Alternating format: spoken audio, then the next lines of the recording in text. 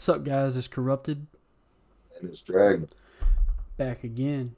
Uh, Love to be Hope back. everyone had a happy holidays because Yeah, man. Christmas Hope y'all had was past week. Christmas.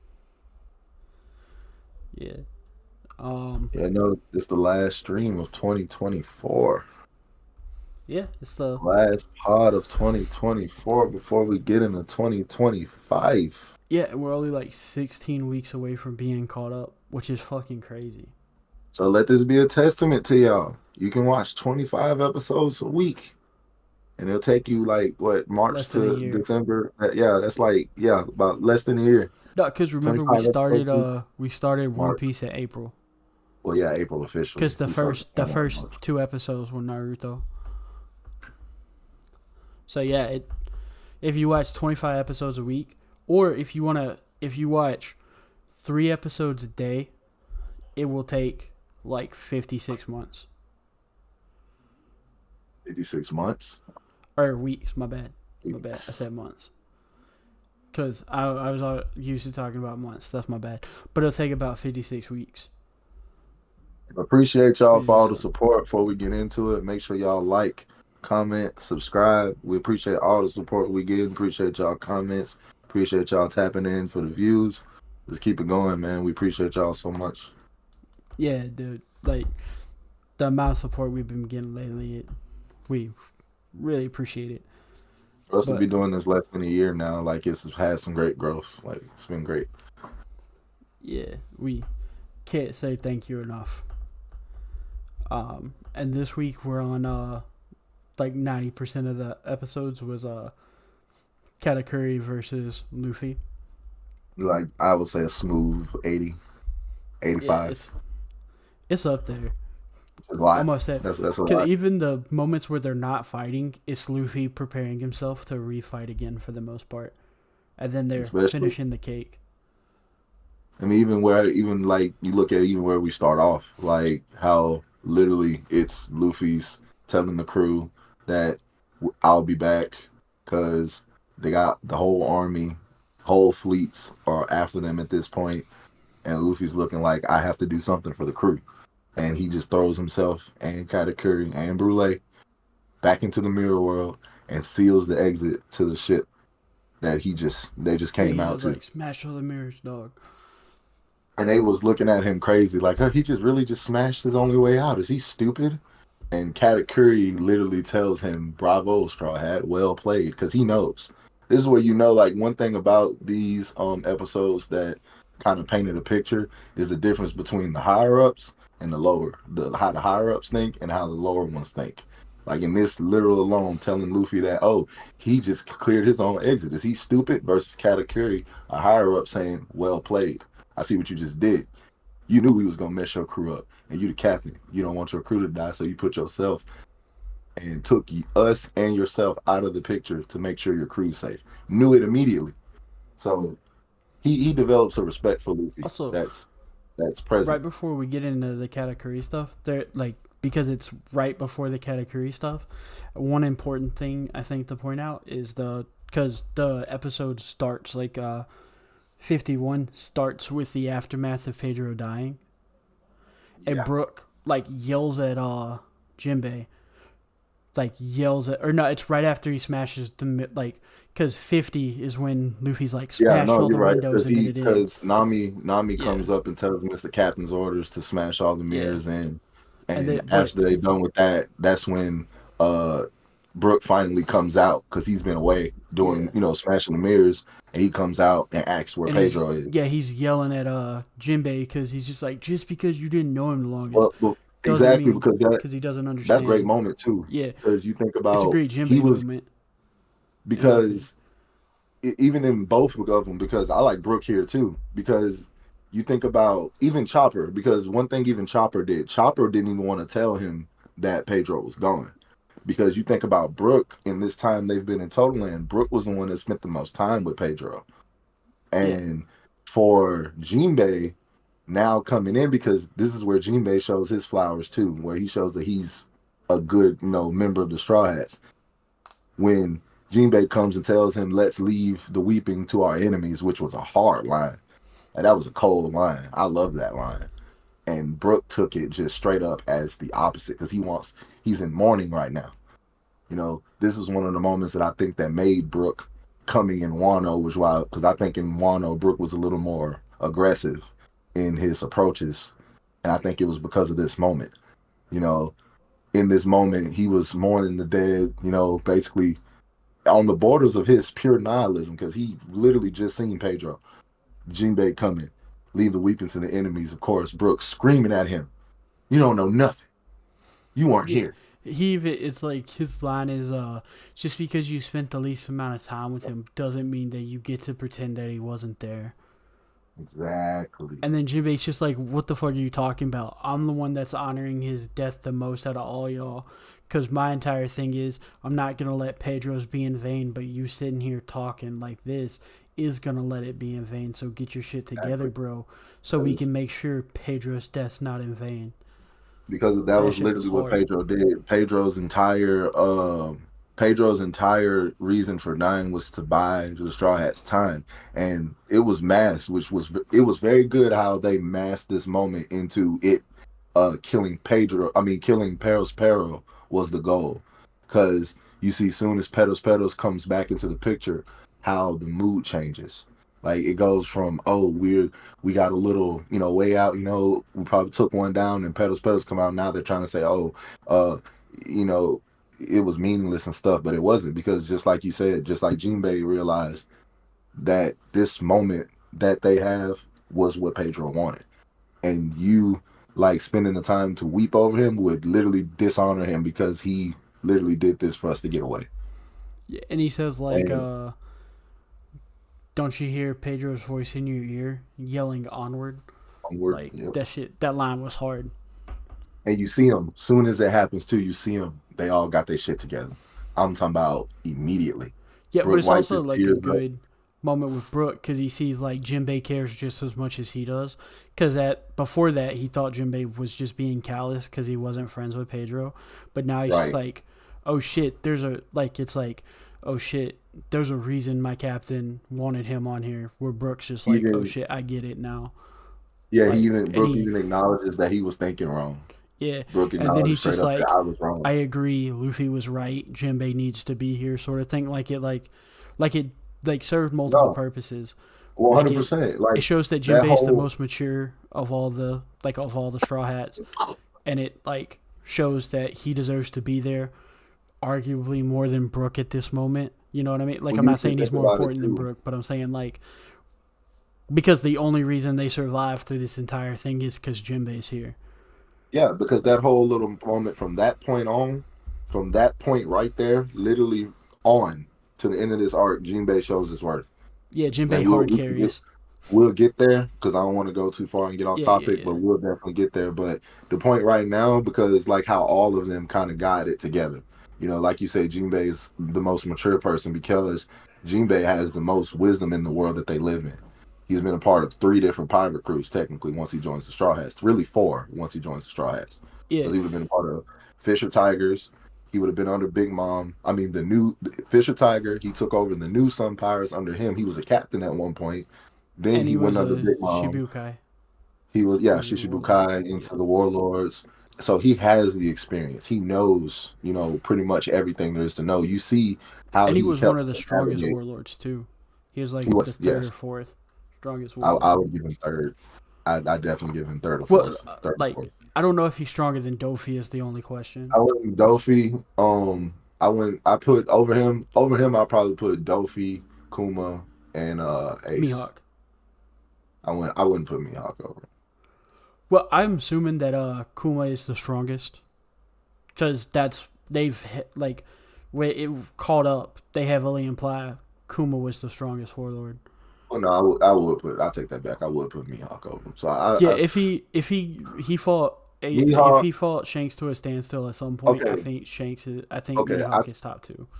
I still give him fourth. So Mihawk, Kuma, and Dofi over him. Yeah, like I'm not saying he can't beat Dofi. He might beat Dofi. I just don't know. So it's easier to just make him tie for third, say Setting. fourth. It would come down to setting. Does he have access to water or not?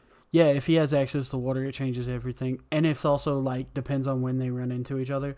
Because if it's before Dressrosa, Dofi doesn't have I um also, speaking of his control over Jamaican. water, when you think about the fact that he's a fishman and also the helmsman of a ship, I find it hella crazy that he knows how to drive a ship like that as a fishman.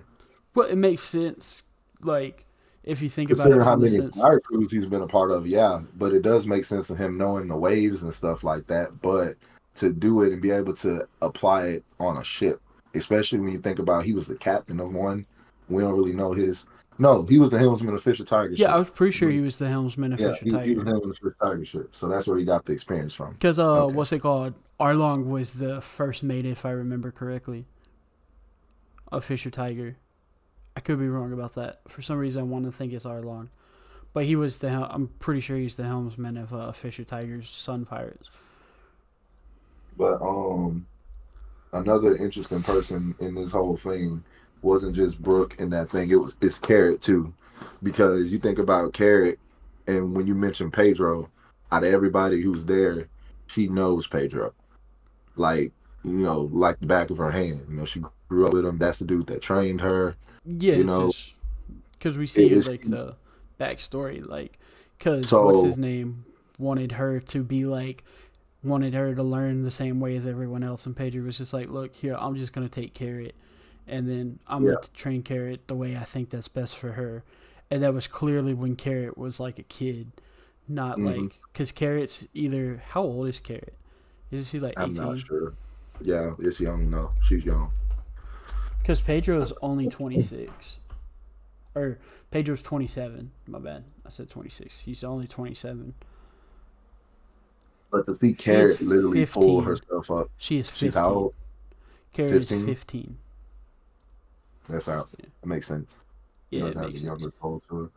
But for her to see her, like the reason I mentioned Pedro and her together because she's the one who feels Pedro's death the most out of everybody right now.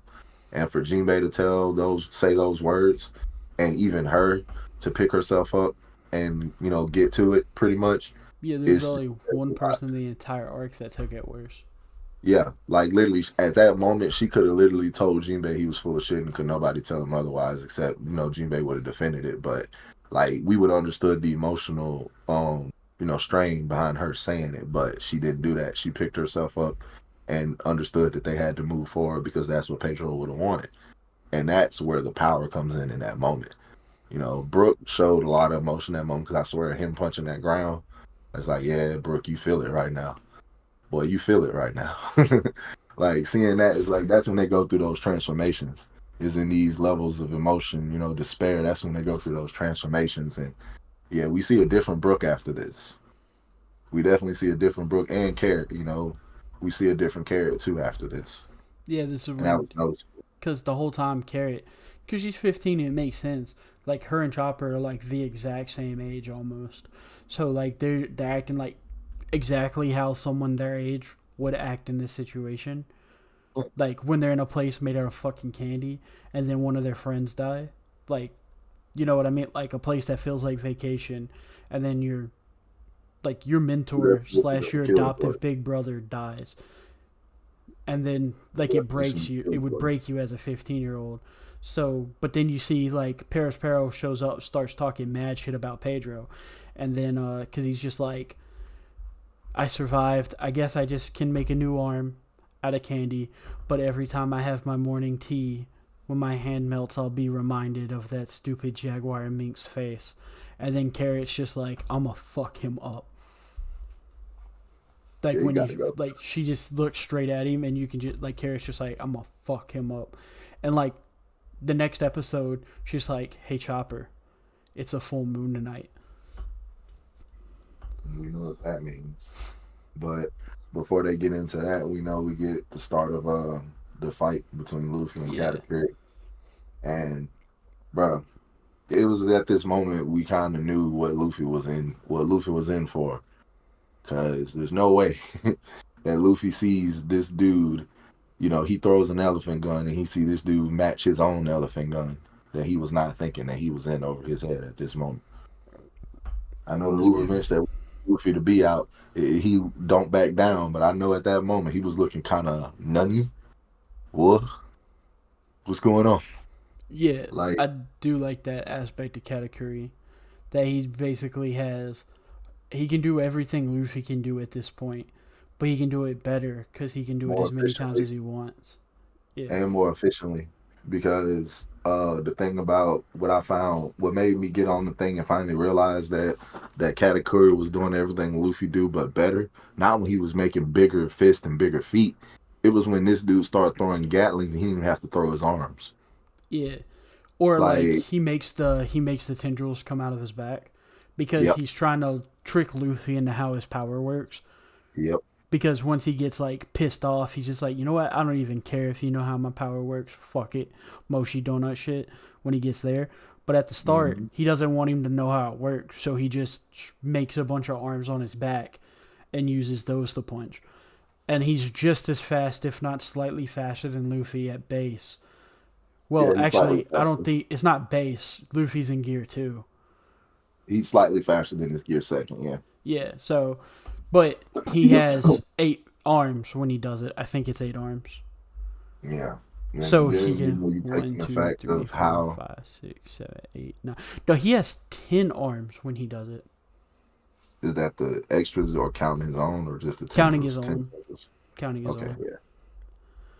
But that made because like even then like him with the observation hockey, you know how he was playing with Luffy as soon as he was throwing a gap, letting it go through, and just catch one inside the mochi. Like, bro, I really got you right now. Like, I'm really ahead of you. Like, everything you're doing right now is not phasing me because everything I'm doing, I see ahead of you. I see everything you about to do before you actually do it.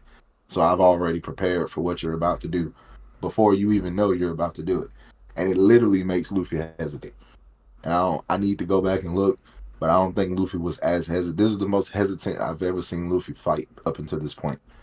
Like literally calling back punches, him saying gum gum, and he about to do this, and oh you about to throw that, and it's like no, I'm not gonna do that, and then it's Yeah, I can't like think of another literally, time. yeah, like he's literally in Luffy's head right now, and this was a different fight because there ain't been a lot of opponents that made Luffy actually think about it. You know, last one I can think of is like Crocodile. Just make him have to go get some water and think, oh, I got to put some water in me. But also, that's not really like a second Yeah, guess that's it. not That's high IQ. just this is what I have to do to win. Yeah, that's not a high IQ moment. This type of stuff that he's doing right now, like nah, he gonna need more than just a gutsy play. You know, he's gonna need to think and dig deep, and that's what he ends up doing. You know, but it takes a while because bro, Katakuri was giving him the business for a good minute. Like, and I love Katakuri because like his first off, his voice actor was eating. Like you talk about the Yeah, I going don't from remember what low. he's off of, but he's off of a bunch of stuff. Dude, the way he was going from the cool, calm, collected voice, then just coming out, dropping the bass and that screams, bro, they took me out.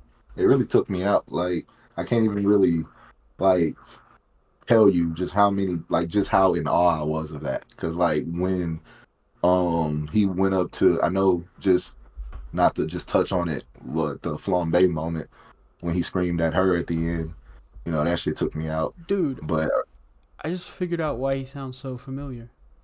why was he part of? He did you play Dying Light 2? Not two. No, I didn't play two. He's the main character in Dying Light 2. Oh, Sunny Voice. Yeah, Jonas Scott. I looked it up real quick. He's also Oh, Sniper Mask in High Rise Invasion. I've never played that or seen that. I haven't either. But I was just like, I might, since we're talking about it, I might as well look it up. But yeah, he plays, he's the main character, he's the player character in what's it called? In in Dying Light 2, and he's he's actually done a lot of anime, just not as main characters. He's Aoi Kagurai in Kaiju number 8. I haven't seen Kaiju number 8 yet, so Seen a little bit of it. I assume because it's 9 episodes, and I think the first season was like 11 or 12 episodes. And I So, think the manga is about to be finished too, isn't it?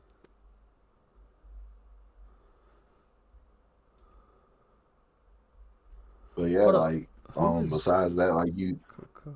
huh? I'm talking to myself. Sorry. No, you good. But no, besides like those moments that Luffy was going in, you see just how at every turn, like he's doing every time Luffy's throwing something, he's coming back with something even more. And we have evidence that Luffy was kind of like, in a corner, kind of, I want to say. Well, like there was this one moment because Oh you remember shit. how he learned what He's also Goku Yoshibo in Demon Slayer. Kokushiba, The Upper Demon One. yeah, that's a pretty good Really list good. of who Yeah, you it's are really though. good. That's a Yeah. pretty good resume right there. That's a Charlotte Katakuri, Aiden from fucking Dying Light, and But no, the hardest motherfucker in Demon Slayer. next to Yoroichi. Um, but is it Yoroichi? Is that how you pronounce it? Yorichi, however you pronounce it. But Yoriichi is the sexy chick from Bleach. you know who I'm talking about though? In Demon Slayer, the dude who he's based off of, Uh, Kokushibo, who Kokushibo modeled himself, who went against. his like Based, adopted brother or whatever. I think they were adopted brothers. They're I either don't know. adopted brothers or brother. I didn't finish the manga. I wanted to wait for the movies, so No, I I got finished like the right manga. in front of the manga. But yeah, I know No, what you're talking. I finished the Like manga. It's been so long I the can't dude that the remember that. dummy's based off of. I know who you're talking Yeah, about. yeah, the original demons. Yeah, like the dude that like mastered cloud breathing. Yeah, or not cloud, sun. Yeah, I know who you're talking about. The one that But the one that gives what's his name PTSD all the time. yeah, but the one time we see Luffy kind of backed into a corner, if you remember how he learned the Gum Gum rifle, if you remember Yeah, when it he was first did to it, fuck up Bueno. It's yeah, to but you dodge remember how, shave. It was to make sure he could hit somebody using shave. but yeah, you remember how they explained that whole thing of why he did rifle versus if you remember how that explanation then in this fight he did that with Grizzly Magnum. He literally because he felt like he was backed in the corner, he actually couldn't hit him. So he threw Grizzly Magnum back and he called it corkscrew Grizzly Magnum. And you see him throwing his arms are spinning in hockey and shit. And he'd never done that before. So that's how I know he did something like that. And he was really in a desperate moment when he was fighting because you just pull out things you hadn't done before because you like, oh shit, I can't hit this dude. Is he moving fast? Well, I remember that, last time a dude was moving fast and I couldn't hit him. That's when I learned rifle. Well, let me do something else. And so that's where you see Luffy's actually thinking in these fights. Like he's not just brain dead because that's what a lot of people did for Goku for the longest time. Oh, you brain dead. You really dumb until he fights and this dude's freaking Einstein with it. Luffy in these fights, he's learning, but he ain't really like right now. He's trying things out, but he knows nothing's working, but he keeps trying it out, and that's the point in which he start noticing that he needed to do something different. But Yeah, when they I go like out of at that, first too. He's just like, man, Katakuri's just fast. So if I go fast, I can get him. Like exactly, that's how his brain goes at the start. He's like, the risk I took was calculated, but boy, am I bad at math. That's how the fight starts. yeah, Um, pretty much.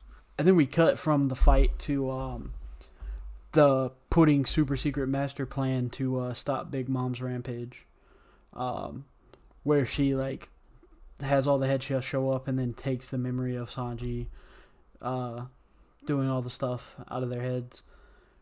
And Yep. then we get a bunch of good Sanji moments where they're just like, aren't you worried about Luffy fighting Katakuri? Because Chiffon and Pudding understand how powerful Katakuri is. Like, they Yep. understand that Katakuri, the only person stronger than Katakuri around here is Big Mom. Big Mom. Mm-hmm. And we don't even know how much stronger she is than him. It could be a small amount, it could be a large amount. But Sanji's just like, yeah, that shit don't matter, dude. Luffy's gonna win. I have faith. Like, It's about to be a manga. it don't She was matter. like, "Yeah, he's never lost before." Well, It's about to be a monumentous occasion because he Yeah, about to yeah. lose He for the was. first time. He's like, damn. I guess we're celebrating. Get the champagne out. Yeah. He's like, I guess we. somebody pull up, somebody It was pull the the first whiskey out. time for everything. Like that's what he was like. It was the first time for everything, I guess, And that's guys. where that Sorry. belief in that captain comes that we've seen especially displayed here because like you see just how because even with the situation with the mirrors on the boat, even compare that to right now, the unwavering belief they have in Luffy. As soon as Luffy says whatever, it's like we going because we believe it's gonna work out. Like soon as I mean Nami did question, when the mirrors we told him to get broke a little bit, but soon as he cleared it up, hey, they got an army finna come at y'all. And I can't do nothing because it's gonna take care of everything I got to fight this one dude right here. Then she got on it, you know. But to hear Sanji right now, pretty much, I remember a point in time where they would literally, oh, he's never lost before, and then they start shaking a little bit. But now, at the point they are in this story now, nah, Also, they got too much belief in Luffy at this point. another crazy thing that happens like after that, we see Sanji.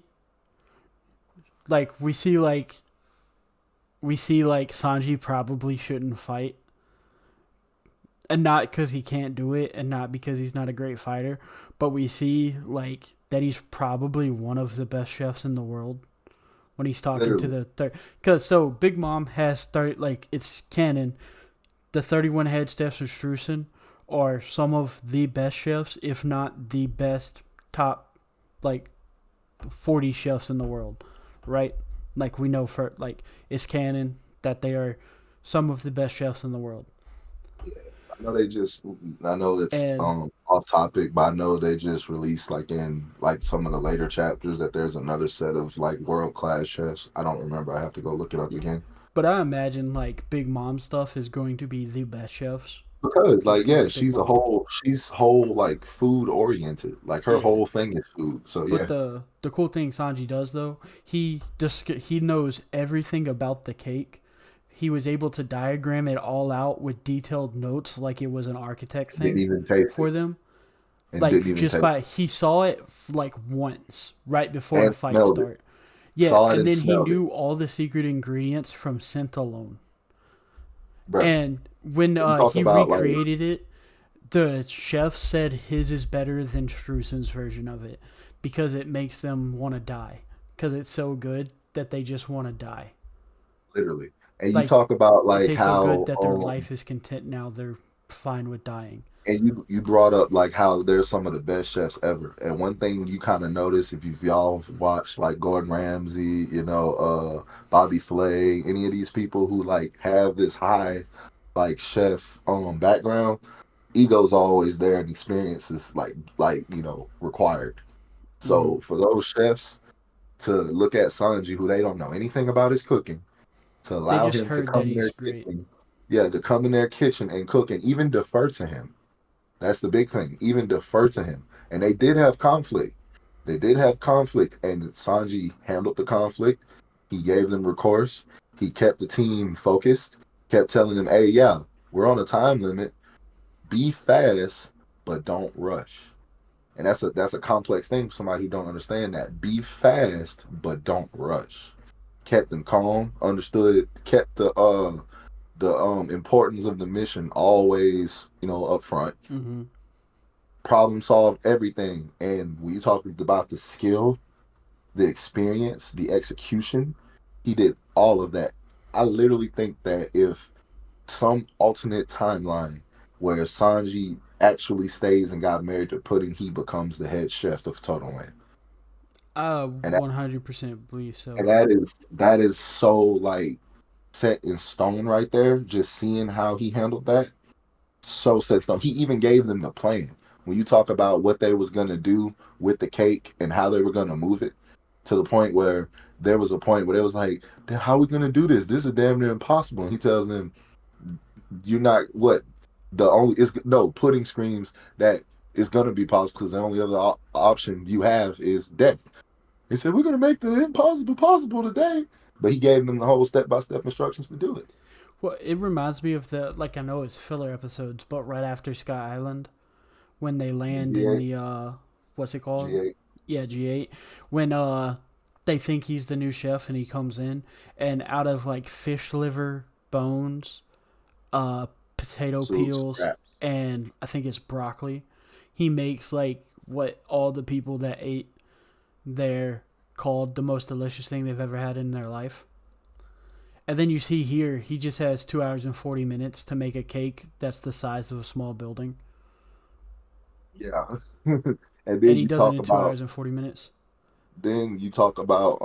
while we're on the topic of how he fits, I have to bring up what happens later when they're about finished with it, but they forgot to dollop the roses with the Yeah, the icing and guy stuff. forgot to make. Yeah. Yeah, and they're like, "How are we going to get up there? We've already put it up there because just like you said, that cake's the size of a small building, maybe even a 2 to 3 story small building." And he's It's like, just "Yeah, don't worry, like I got you." I'm talking Airwalk. about square footage wise, not just like how tall it is, I was but going off like straight height on this yeah, and if we're this. going off straight height, it's like 4 stories tall. Cause Big Yeah. Mom's like 19 feet tall, So and it's then like he 3 times her literally, height. you talk about what way that he could revolutionize their own methods of cooking, because as you can see, they have a routine that they've done all the time. They've had multiple weddings at this point. They've done this cake, you know, a cake maybe similar to it multiple times. So this is Actually, all that they've done, like as they were cooking and preparing it, was put those on there. So Sanji will revolutionize their own methods because he's able to go up and apply things after they're done. Like actually, that's great. the cake is taller than we thought it was. Oh, it's even bigger. So, Big Mom is 28 foot, 10.5 inches tall. Uh, 28, 10, and 5. yeah, and it's like 3 times her height, so it means that it's like 7 stories tall. Cause you remember she could crawl up the cake. You know what? So You're yeah, right. that thing's But, massive. That thing's fucking but massive. you talk about the what Sanji really revolutionizes if he was a chef of Total Way, a chef of Big Mom. Also, the it makes you it may it, like I just had this thought that's kind of hilarious. The celestial dragons don't know it, but Sanji is technically the most valuable person in the world. Like the most valuable slave ever. I don't even think I don't even think Sanji would be a person that his skills wouldn't even qualify him as a slave at that point.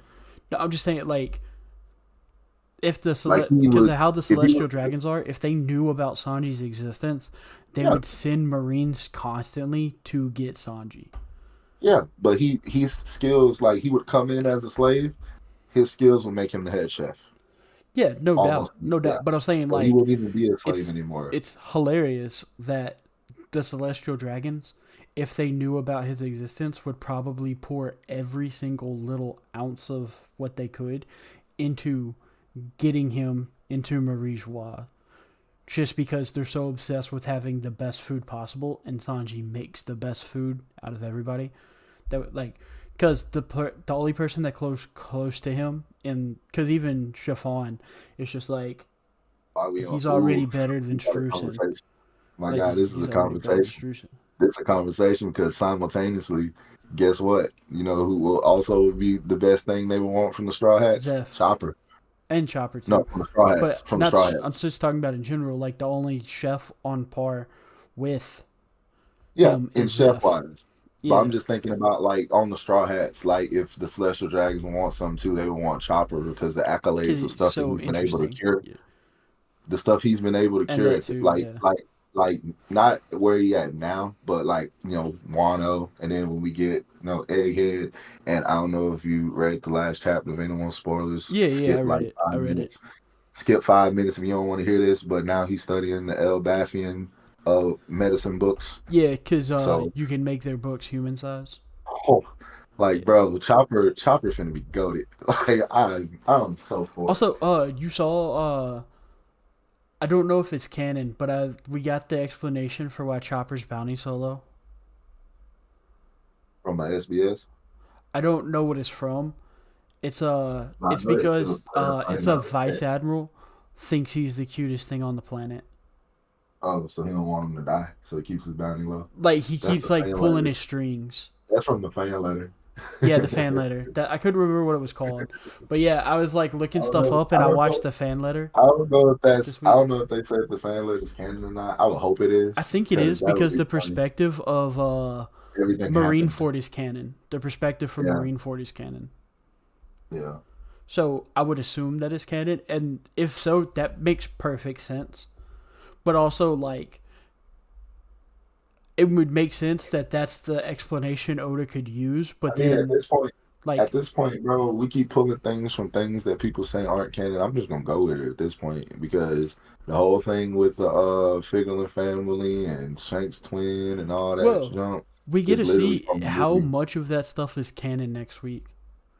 Yeah, oh, I'm excited. I'm so Yeah, excited. because we get to see like we get to see if it's Shanks or a different Figureland and everything. So But next week's gonna be back lit. to back to the topic at hand before Yeah, we yeah, yeah. get crazy. Um, nah, you talk about like everything that Big Mom kind of represents, and for Sanji, it really I think Oda did this on purpose because we are following, pretty much a wedding crash. And typically if you think about what happens when a wedding gets crashed, you kind of start seeing the qualities the two people shared. Even though they're not together, you start seeing how they would have fit. Sanji's leaving. So it's kind of like the story showing us, hey, yeah, he's leaving here, but this is how he would have fit in if he would have stayed. And that's where Pudding's slowly falling in love with Sanji more and more as this stuff transpires. And that's the whole thing. You see the wedding in of itself is now gone. It was a setup from Big Mom, who wanted it as a political thing. Pudding, who originally wasn't supposed to have any feelings for him, now it got crashed. Now you get to do something, of course, in Pudding's case. And I pretty much imagine all her daughters at this point just have the number one hobby of cooking and baking. So you get to do what you love in cooking and baking with a guy who is pretty much a chef. This is his thing. So he does this. Not only does he does this, he excels in it. You see all the stuff in the problem solving when the whole people's going at each other. He stops that. Yes, it's pressure the whole time. He's cool, calm, and collected. Anytime something comes up, he's complimenting her. He keeps, laughing, talking with her at the same time. She's falling for him all over again, and it's showing that this dude's leaving though. This was your dream guy. He's doing everything you ever wanted him to do, and he's leaving. And that's a part that's crazy, like to think about, like on Pudding's case. So, because there's a lot of speculation that Pudding's gonna come back into like the Straw Hat mix at some point. And this is like I'm looking at it now. I can see it. I can pretty much see it. Like if she comes back, like they ain't gonna be able to like keep her off of Sanji. Like Oda's not. Yeah. Also, like with that stuff, it's the first person that saw what she was like, what she really looked like, that didn't think anything of it. Like Like, still treated her the same. You know what I'm saying? Still treated even kept her feeling like she was attractive. Didn't yeah. diminish her for it. Didn't belittle her for it. Also, Yeah. another interesting thing is in the anime, like in the anime, she has brown eyes because the people that Toei probably didn't know what color her actual eyes were, but when they released the official color, you see they're actually a very pretty pale blue, which means even more because brown eyes aren't considered like the traditionally attractive eye color, right? It's like the striking like hazels, blues, and stuff like that, Because or it's grays. it's not it's uncommon. It's the uncommon colors Yeah, that yeah, are the but you most. know what? Like those are the ones that you're No, just like, yeah, wow, that's beautiful. So it makes it even crazier that her eyes are actually like a very, very pretty blue in the manga. Like it's like a pale blue, almost like the gray and blue eyes that people can have, where they're like half gray, half blue. You know what I'm talking about? That eye color. It's almost like her eyes are that color. So when he sees it, that and yeah, he's just like, instead of thinking it's weird that you have three eyes, he's like, he's no, blown it's away. just an extra thing about you that I already like that you have another one of. Right. And then it just immediately just like changed everything for Pudding. So then Pudding's just like, after that moment, she's basically acts how Sanji does to every female with big boobs Yeah, pretty for the much. rest of the show. For the rest of the show. And like he'll be like, "Man, Pudding looks so cute in her chef's outfit," and it legitimately knocks Pudding out. Like that, I don't remember how they showed it in the anime, but in the manga, they have to put her on a cot She and put an faints. ice bag on her head. Legit faint. She legit faints, and yeah, they had to like take her and move her. I just can't But remember if they put her Sanji like was on a like, gurney and everything in the anime, but in the manga, yeah, they put her on a gurney like 3 different times. yeah. She was losing it. She was definitely head over heels for him by the end of all of this. But I And know then by the yeah, time it's we just move funny. on for that, by the time we move on from that, I think they go to, correct me if I'm wrong, they go to back to the Straw Hats, and this is where they start trying to still evading Well, the first we see the Kata, we get the brulee shit, like Katakuri's like brulee, what the heck, and it's just like this man kidnapped me, and then we see Katakuri like the reason that also he wants to fight Luffy is because he deeply cares for his siblings. He's his. It's not I'm doing this because mom told me to. He says because Luffy tries to hit one of his siblings to hit the mirror. He's like, "Don't you dare touch my little sister," or "Don't you dare touch my brother or sister." Like that's like his whole thing is like he refuses to let anybody hurt his siblings too. Because when Luffy's after the stuff, he doesn't say no, you can't break the mirror. Let them do what they're his immediate reaction is, no one touches my brother or sister. That's his immediate reaction. It's not like you would expect him to be like his immediate reaction to be like, nah, you're fighting me, bitch. That's it. But he goes, we're supposed to be having a one-on-one. And then he says, keep your filthy hands off my brother and sister. Because he tries to punch the long necks.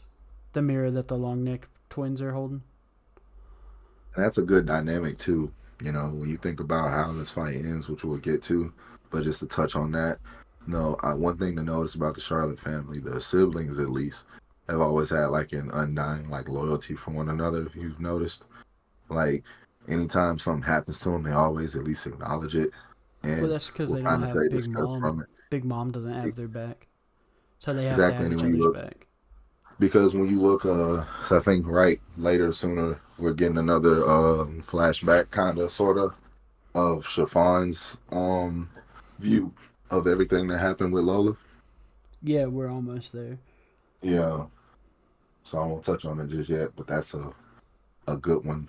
But But right after the thing where he's just like, don't touch my brother and sister, that's when the whole, like, you gotta break all the things. Like, everything that looks like a mirror, destroy it. Like, he's just like, I don't care what it is. If it has a reflection, destroy it. And then we get the giant wave from Big Mom, where Perospero and Big Mom combine their powers to make the tsunami. yeah, Candy Wave. Yeah. I like the coloration of it, that it's purple. By mixing orange and a blue wave makes absolutely no fucking sense. Because those colors would actually make brown. But you know what? Whatever. Big Mom has magic. But Or it feels like that's magic. that wave. You know, you talk about it. It's crazy when you talk about all the things they threw at the Straw Hats that I want to touch on at this point, because like at this point they've thrown like almost everything that they've thrown at them in Total Land is literally like times upon times more than anything they've seen at this point. You know, getting a tsunami at them. One thing they did dealt with tsunami type things is when they kind of came in through the reverse mountain or went underwater type junk. But you know, the whole destruction of the castle, the whole wedding thing, the kidnapping of Sanji, that was new. They really want to kidnap. He kind of forced him to go, but I'm gonna call it kidnapping, you know. But um, them taking a crew member from them, pretty much an entire. They got armies at them after them at this point, whole armies, like whole fleets of ships. Like they used to going through fleets of marines. You know what I'm saying? But these dudes throwing whole fleets of, specialized cannonballs, specialized weaponry. We even see Yeah, the the cannonball part's funny. They went that way. Oh, thank you. that's so funny that they're just like, hey, where they at? We see them. Oh, they went that way and just go. They just go after Appreciate you, someone big told fam. them. And they said the thing too is, what's the point of having special cannonballs if they're stupid? Yeah. If they don't Conscious work cannonballs if they're stupid. when Big Mom's gone crazy. But we see, man, just how they're just everywhere. Like everything they're throwing at them is just so like intense and so bruh, like at this point, But bruh, would you like expect there's anything less than from an emperor? no, you're right. You're right. In her own territory too at that point. Yeah. That's a good point. That is a great point. You wouldn't expect But that's anything the point. but like butt fuck insanity. And I guess that's why, it gets mentioned that them, you know, coming out of here, just making it out of here was a feat alone. I guess that's another one. You went into the Emperor's Den and you came out. They didn't kill you. And then we get the Jinbei showing off how good of a helmsman he is, where he like turns the sails with his bare hands.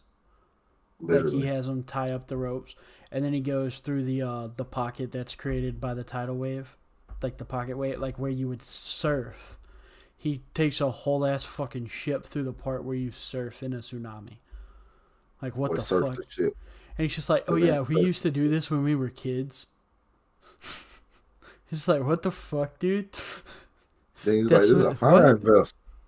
That's a fine vessel. It's like, you didn't know this was a fine ship when you first touched it. You had to do this to the ship to know it was a fine ship.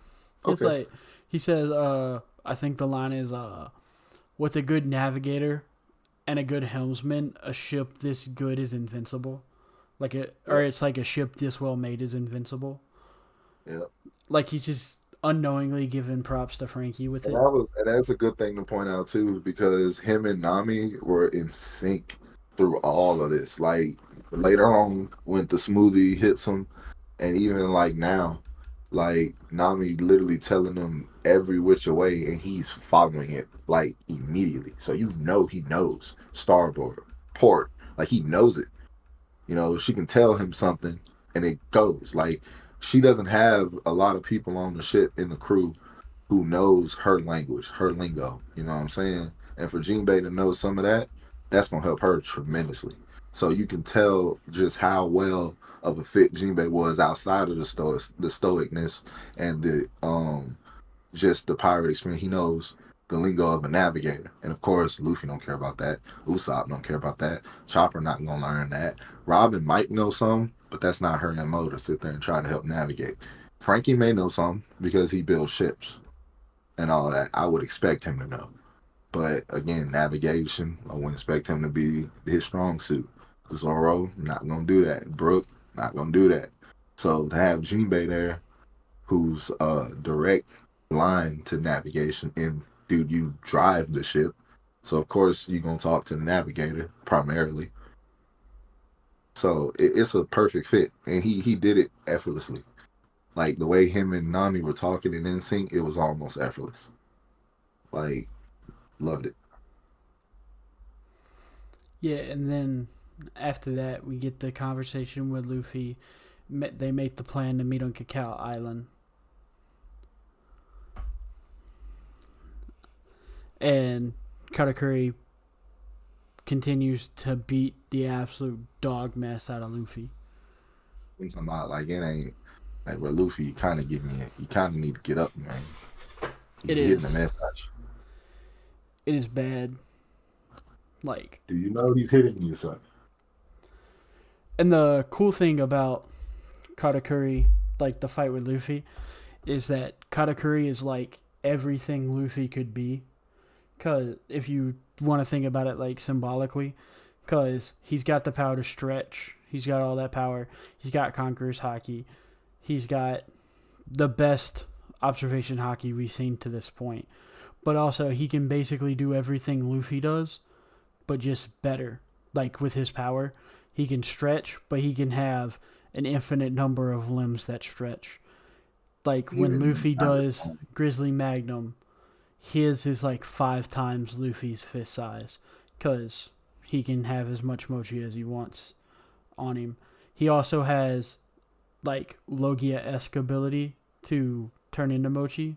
So combine that with this hockey, it's even more impervious to damage than we see like how Bounce Man is. How Bounce Man's just super tough, and that's what makes Bounce Man hard to hurt.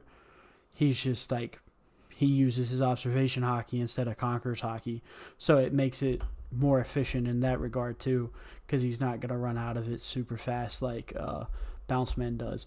But he's just basically like if Luffy was the best version of himself at this moment in time, that's what Katakuri is as a combatant. Literally, because you mentioned his hockey too, because that was the thing that I noticed too. Because even when the Merienda started, he mentioned about it. He said this fight with Straw Hat diminished his hockey. The only reason he took a break because he wanted to go after the rest of his crew, so he knew he'd be fighting more than one person.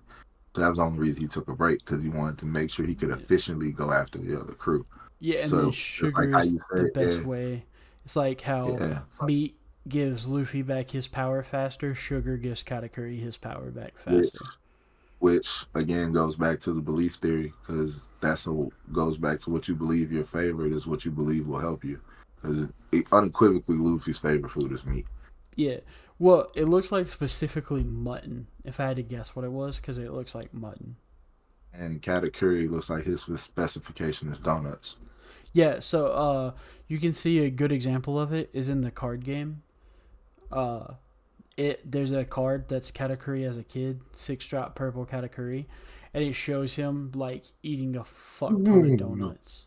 Donuts. I Because like love to eat I don't know if it's the donuts. reason that his mouth is shaped like that, but I know at one point it was theorized it's because he loved donuts so much that he would try to put the whole thing in his mouth. You do got the stitches. Yeah, we don't know if that's true or not, but that I do know that's like from like reading up this week to prep for today. I was reading like a bunch of people back in like because I think this came out in 2018. This fight did 2017 or 18. I think it's 18. Um, I actually didn't check. I reading usually like Reddits and like other forums and stuff like that. The theory was that he just because Streusen and the guys made fucking massive donuts that apparently he just loves donuts so much that he would try to throw the entire like 3 foot donut in his mouth. Hold on, Bucko. I don't think it's been canonized which way it is or not, but I just thought it was something interesting to bring up. One thing to really mention too, um, I thought it was interesting just how Katakuri awakened. Because it was also Katakuri was at a point where he hadn't fought nobody like Luffy before.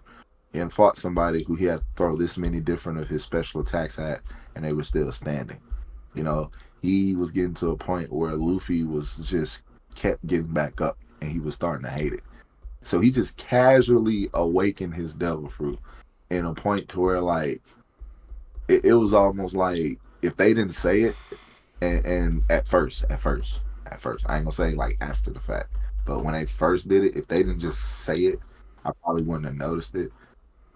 Like, cause he had like his fighting style only changed. He started affecting other things. He I started like I just assumed that he has been awakened for a while and he just right, didn't want to use it.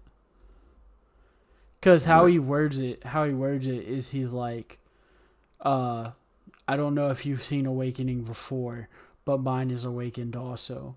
Because he has I thought full he control said over his awakening, I unlike thought Doflamingo. he was like it was only right that my abilities would awaken in a fight such as this. Is what I remember hearing. I just he like Um, remember with Dofi, Dofi just threw it out like he wasn't quite sure what it was, but Katakuri like cause Dofi got his like in the middle of the fight, but with Katakuri, he's like he has like full control of it. Like remember it felt a little throws him up casual under as the hell. thing, and then he just turns the entire thing on top of him to stick him to try to suffocate him.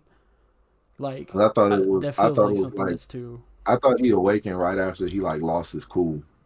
When he was like, it got to a point where he had lost his cool when Luffy had caught these little licks in, and he was just throwing hard as hell licks, And he was like, I lost my cool there for a moment. Observation hockey takes a calmness of breath. He said, I need to get it back. And then next thing you know, he started hitting the ground. And that's when he started. It was almost feel just like how you said it. Because he literally just started doing it. And it was like, literally, you just started doing this. And Luffy was like, when he started being able to do this, it's just like Dofi. And then that's when I remember him saying it was only correct that my powers would awaken in a fight like this. I could be wrong. I need to go back and look.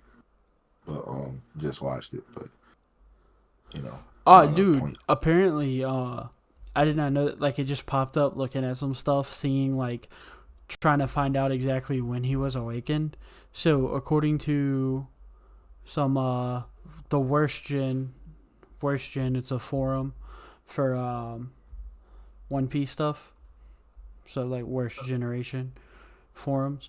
There's a thing with actual proof that him being awakened is actually a retcon, because originally he was just going to be a Logia, but instead they decided to make him a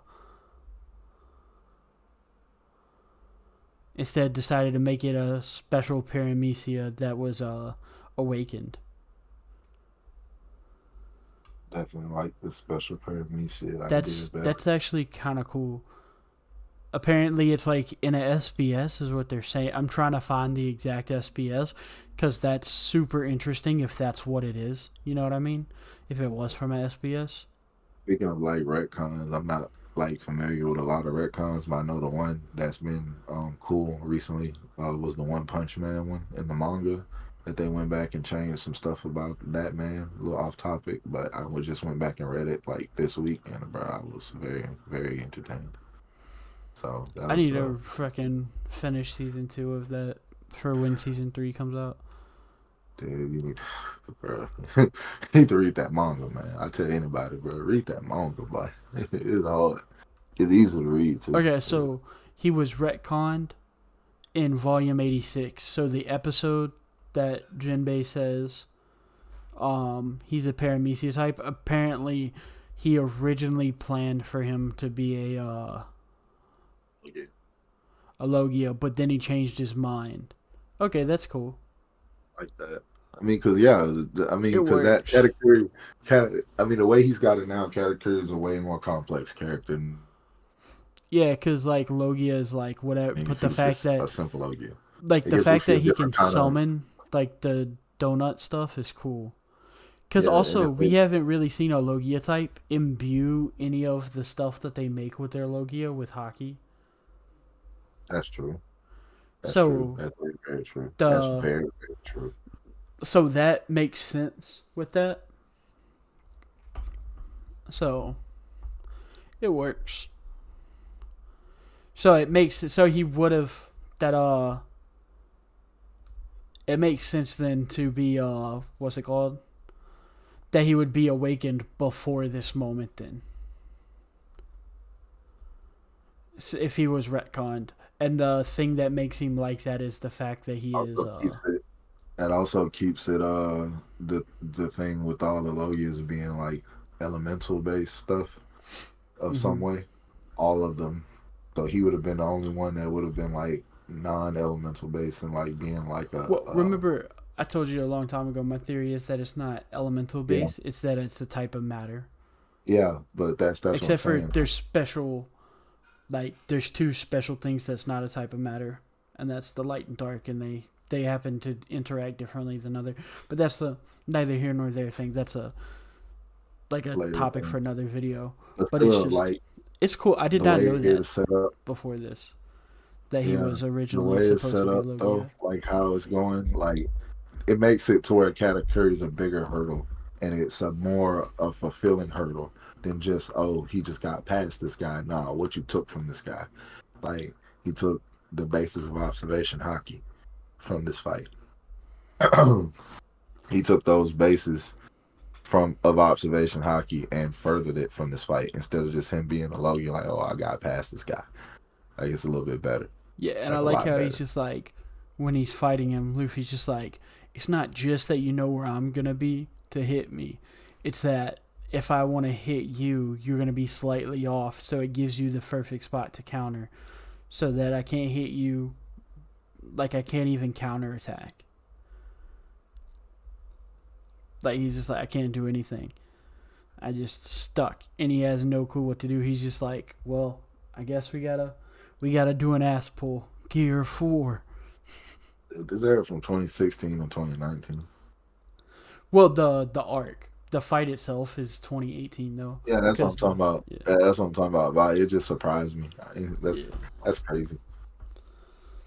And we cut to Pedro learning about, or not Pedro, but Peckham's learning about Pedro's death, and we learn the a bunch of stuff, bunch of random stuff, like Monthor's trying to figure everything out. It's not the time that we learned that the Tamate box, the thing that blew up the chateau, or they learn the chateau blew it because of the Tamate box. So And we now get a couple of things pretty from much they we pretty get much like Germa link. outsmarting all of them. Oh, I'm sorry. No, I was just saying we get the Germa outsmarting all of them because what's the second one? Nietsche can Yeah. copies people's voices. Oh yeah, I remember that part. That way they That think was a that good Germa little was thing. defeated.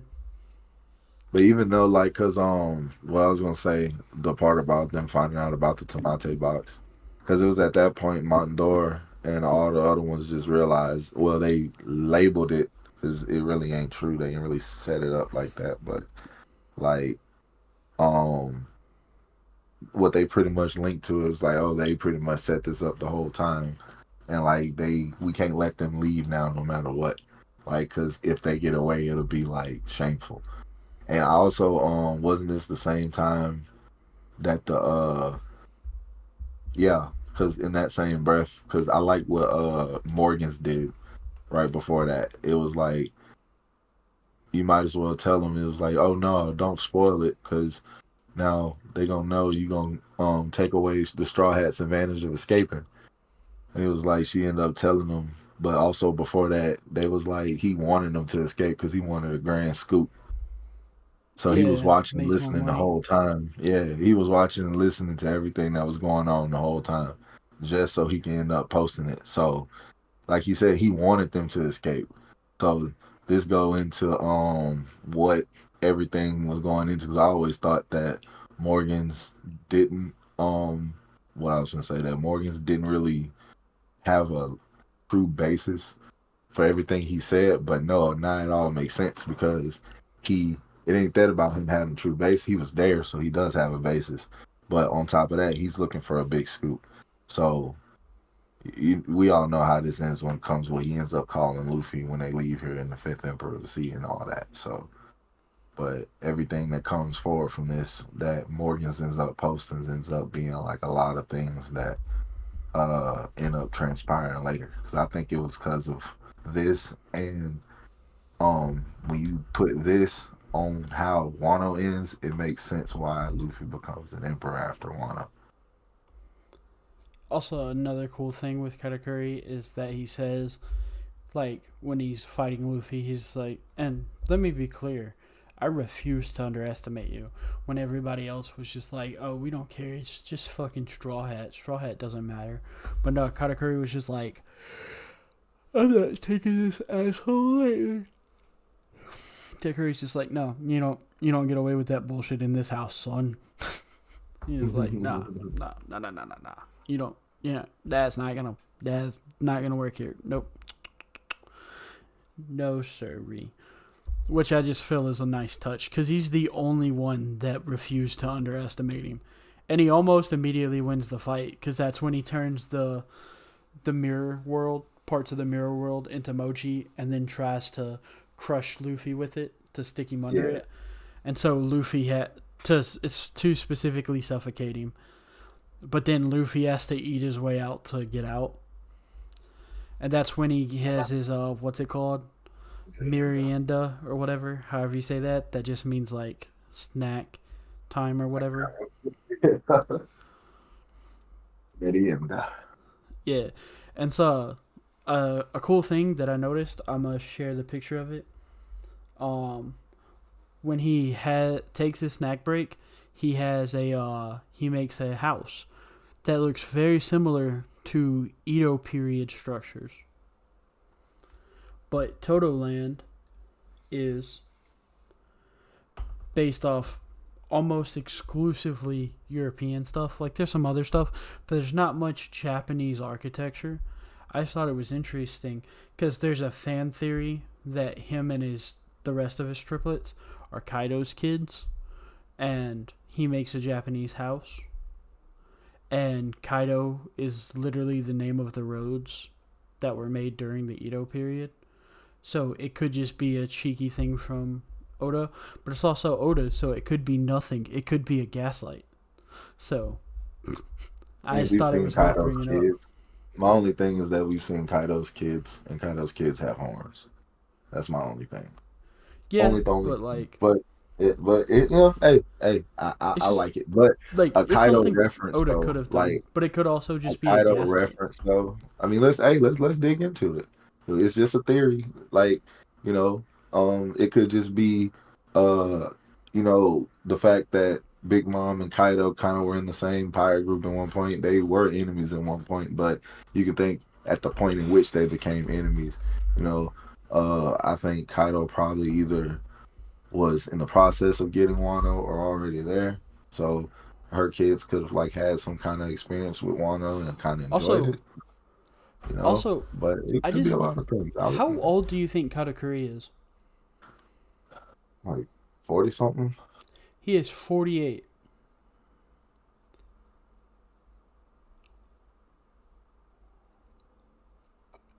Doesn't make. Wait, so she had him, and Big Mom is like 60. She is 68. So because she was 63 years ago. No, but you know what that means, right? What? When did the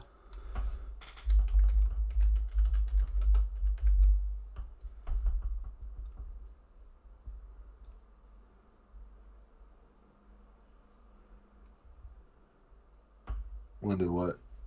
Okay. He was 10 years old during the God Valley incident. Yeah, so he had to have grown up around Kaido then. Yeah. But Kaido wasn't a part of Wano then. Because, yeah, so no, Kaido wasn't part of Wano then. No, Kaido was on, because remember Big Mom stole the model Siryu from there and gave it to Kaido? Yeah, so he had the dragon and all that. So, but as far as the actual culture of Wano, he wasn't a part of that yet. Yeah, he wasn't part of the culture. So, yeah, he wasn't. But where's Kaido from? Let's not. But Kaido also Kaido. Let's not think that just because Kaido took Wano that was his first time being in Wano. No, Kaido is from Wano. He is? I think so. Because remember, he, as a teenager or a young adult, he fought Gecko Moria in Kaido. Or Kaido fought Gecko Moria at a young age.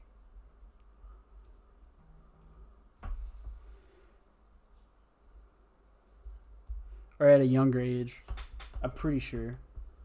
I think he said he's from the Vodka Kingdom. He could be from there, but I'm just mean it's not that. I don't mean that he's from Wano. I mean that he was at Wano before. I should rephrase that. How old was Kaido when he fought Gecko?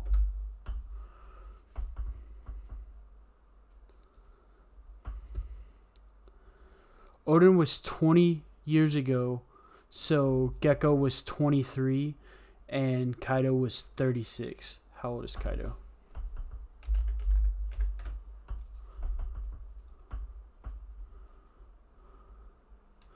Kaido is 59. So 59. He's from the Vodka Kingdom. Minus 38. So Kaido would have been 21.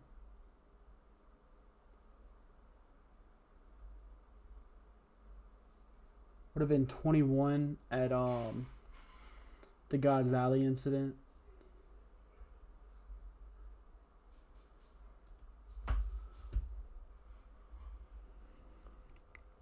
So, there's a chance. I'm saying she already had Katakuri and Katakuri, like, kind of thing, Kaido. Like I said, they were on the same pirate crew, so they probably went to Wano or something at one point. Yeah, we just know he was in, at the age of 36, he was already in, Wano. He might have even gone to Wano before it, because remember, he went through, like, a lot of different, crews, like, growing up. Let's see if we can find. Because he's been all around the world. Do-do-doom.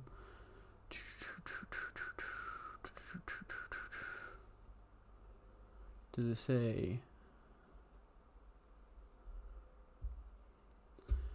So he's known King for 34 years. So he met King 4 years after the what's it called? The what's it called? The God Valley incident. I didn't realize that.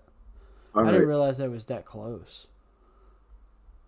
But the merienda and what we see from Katakuri, because it's other things besides the house that's important about what he does, because we're gonna see it contradicted later. Well, what we find out in the merienda about Katakuri is that not only does he come there when just to recharge and have his time, it happens at 3 or 4 o'clock every day. I think it's 3 every day. But he comes there because he hides, because he's so popular with his family. They always want to talk to him, but he also doesn't show his face. The bottom part of his face. Yeah. So that's where he comes to eat donuts in peace, because he doesn't show his face, and that's important. That's also the only... Everyone's convinced that he's never laid down in his life because he doesn't take a rest in front of anybody. Exactly. Because he's supposed to be like the unstoppable face of the Big Mom Pirates. Because he's practically invincible.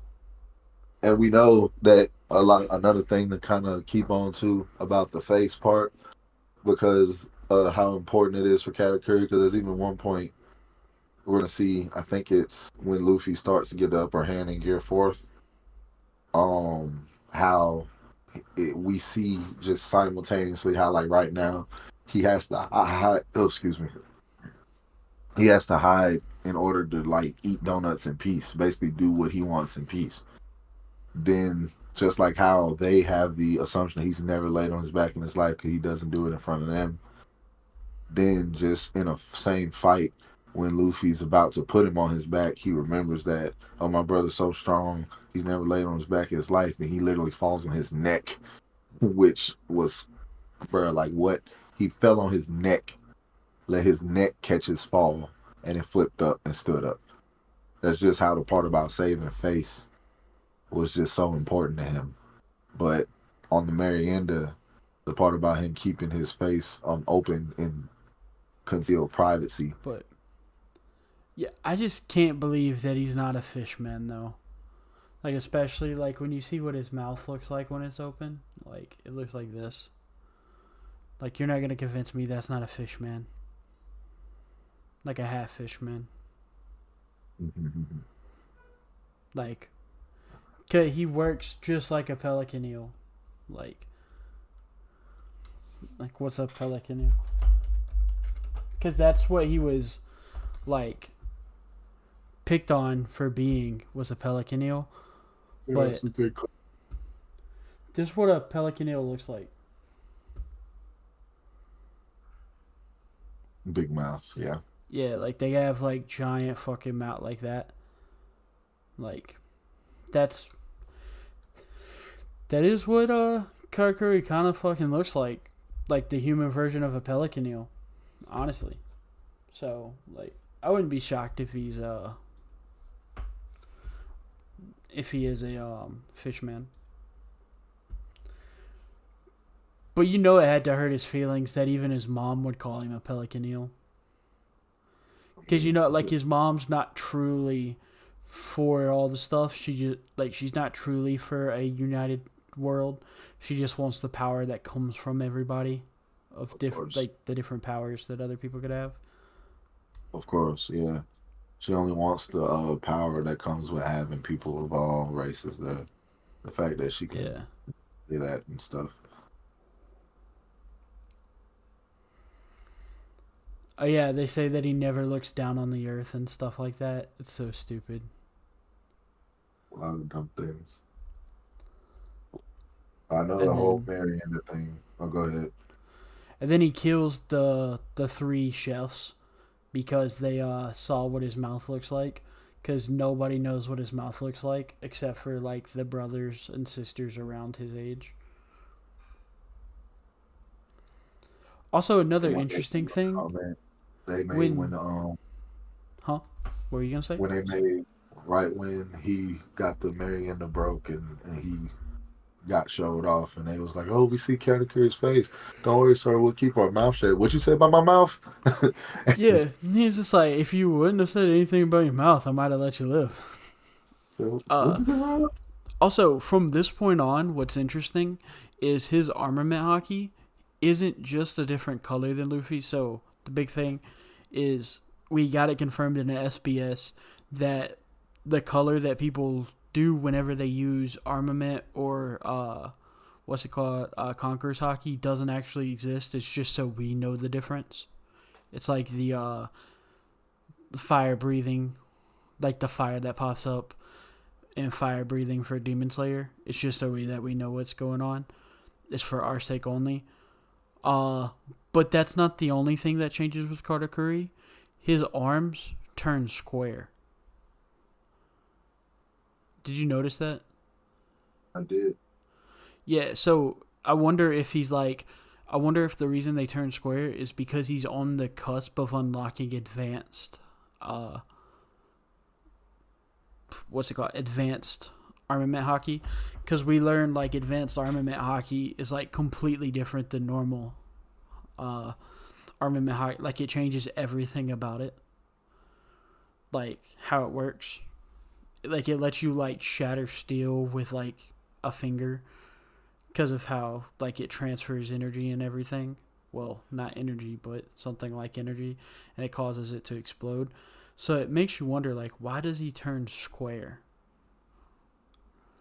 I think it was more for structural like density and stuff. No, but Because I think like a he didn't square need would it probably earlier. yeah, but when he was trying to make it bigger versus him just trying to hit him. I was saying like earlier when he was doing all this stuff, like when he was doing the copy and Yeah, jet I don't think he Gatlin was and going. stuff. Yeah, I don't think he was going as hard then earlier. Yeah, he Like I wasn't think going he as hard started doing earlier what he started because he doing because thought he already won. he only had the But squares and the perfect donuts things. That's the only time he ever had the squares when he constructed those fists. So no, I would imagine they what's it let him called? know When right after the Miranda, he makes his even his fingers are squares. Okay, here I can show you. like the whole thing is square. Yeah, like Yeah, everything's square. Yeah, like this everything's is square. I think where that's he for just. density. It That's for could be for density and density, stuff purpose. but that seems kind of dumb though because a cylinder is stronger than a prism. Like just like mathematically, a circle is stronger than a square. But he wasn't using circles I don't, but I've before. said He's got like his arm is that's like your closer arm to is a technically prism. a cylinder already. Is what I'm But isn't saying. that prism closer to a cylinder than the oval shape he was using earlier? No, oval is closer to a cylinder. How? So it's the plane of a circle, and then wrapped around is stronger than a plane of a four, like an actual No, sided shape.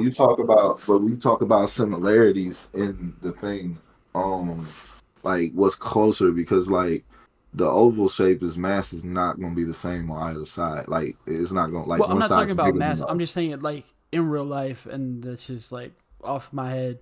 Think of that. But also, he says there are levels to the color of armament, and no one who has seen my true form. So he calls the squares his true form. Yeah, I would immediately think it was because of density. He was just trying to see it. He was just It using could it for be. more I like just that makes the most sense to me than thinking that it was something further than that. Because I think you can get armor. Like Luffy never used the square stuff for when he did it. yeah, I think it's just him being so close to unlocking true advanced armament, and that was just the Those way are that like also worked for him. and those are also like artificial hands too, versus Luffy's inflating his own Well, hands and stuff. no, like this. At this moment, these are his actual hands that are square. That he's coated, right? Yeah, see, they're actual like That his he's actual coated. hands. Like he turned his actual hands to squares. Yeah, he coated them. He changed them to mochi and put hockey on them. But he says like this is what his true form is. So it makes you want. I like in my head that just makes me think that And I he's never at the thought cusp it. of advance, like true I advanced never. armament hockey. I thought he just turned his hands into mochi and he just started doing that. Him saying it was his true form was like his true way of fighting. That's the way I interpreted it. That could also be it, but it just made me think like, oh, he must be close to mastering advanced armament hockey, and that's what it's for. But we've never seen that with anybody else though. No, but he just the reason it made me think that is because he says there are levels to armament hockey. I mean, Kaido also said there were levels to Yeah, hockey, and he was talking about conquerors yeah, or but I'm just just in like general. he's just like basically showing Luffy like you got to be better than that. So I just took it here, knowing what advanced armament hockey's like as like this, like a glimpse of what advanced armament hockey looks like. But the squares will have nothing to do with it though, because that's like we wouldn't say the sash for awakened zones was a thing, and we didn't see it everywhere else. We wouldn't say that, Well, but there's we've three of never them that don't seen have a nobody sash else. that makes absolutely no fucking sense. Yeah, but everyone else who's been Yeah, like everyone else has canonically a said they sash. were awakened has a sash who's in zone. But Yeah, we've seen at this point. At this point, the advanced armament. Zoro has advanced armament. yeah. He also has Advanced advanced conquerors too. conquerors. Yeah, because God of Death or whatever, Lord of Hades or whatever the fuck it's called, is Like Luffy has advanced. advanced armament now.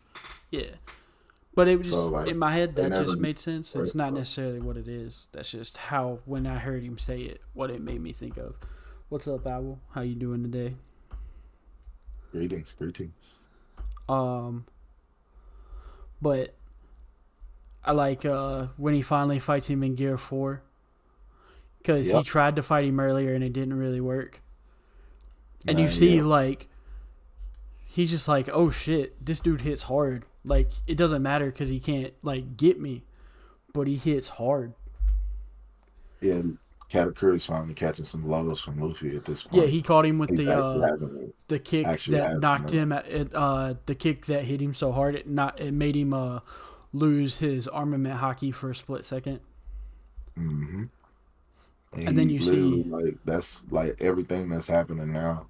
Like Luffy's now gotten to the point where he's understanding exactly what he's going against, and that it's not that the person who he was hitting was a person who like was a Logia or anything. It was now that he realizes that his weapon is observation hockey, yeah, and it was but it's hilarious though that Luffy was just like, I thought you were a Logia, but when he first runs into him, Jinbei's just like, watch out, Luffy, he's a Paramethea type, and that Luffy's cracks me up. it's Luffy. That Luffy just ignores that because he just goes like, "Oh, you're a Logia. I can hit you if I have," and then he like slowly pieces it together. And I love that he's just like, "I thought you were invincible, but turns out I was wrong. I can hit you." And then he just starts working on Katakuri with Gear 4. And also here with this, we see how much stronger Katakuri is than Doflamingo. Because remember, like one round with what's it called? Uh, with Gear 4 with Doflamingo, Doflamingo almost died, and here Katakuri's just like, okay, this actually got fun.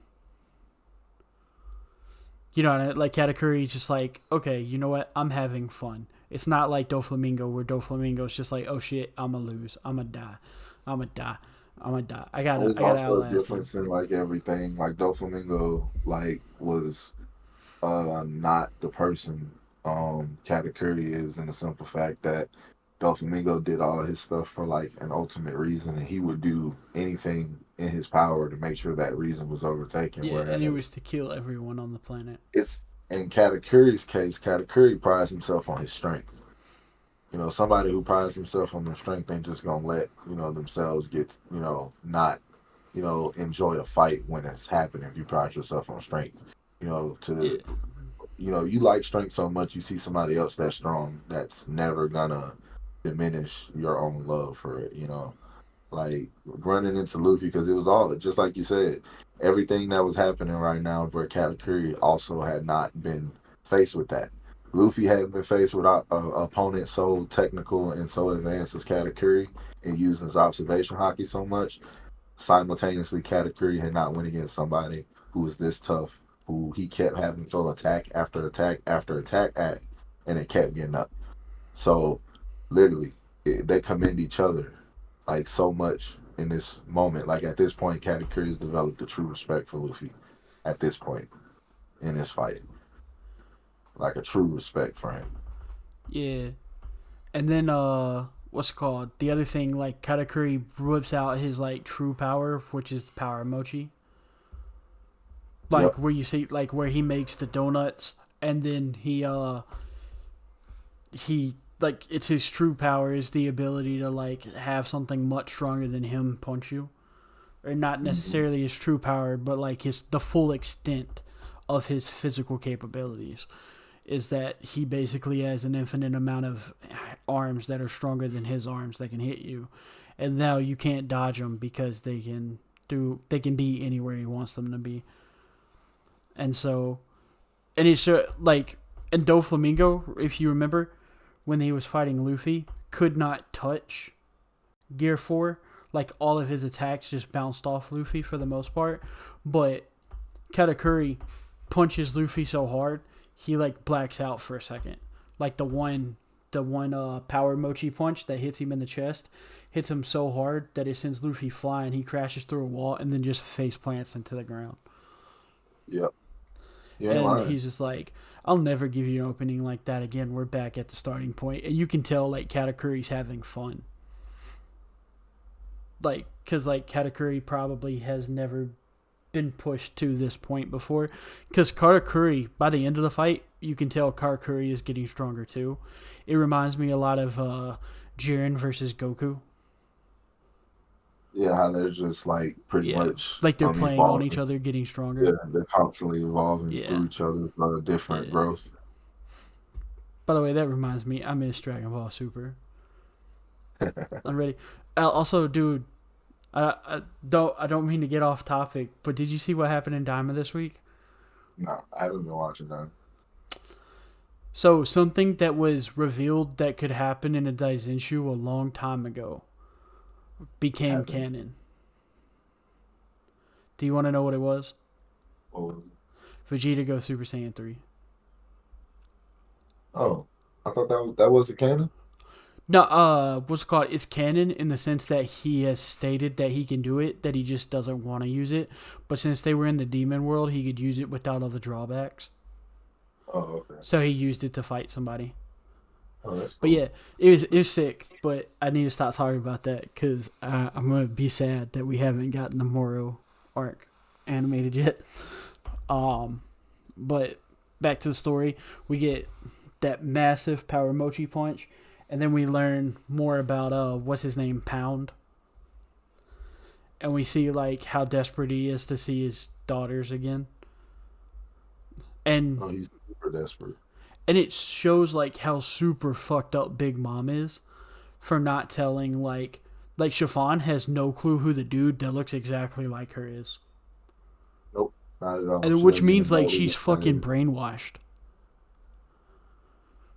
Like that would have to mean Big Mom fucking brainwashed her.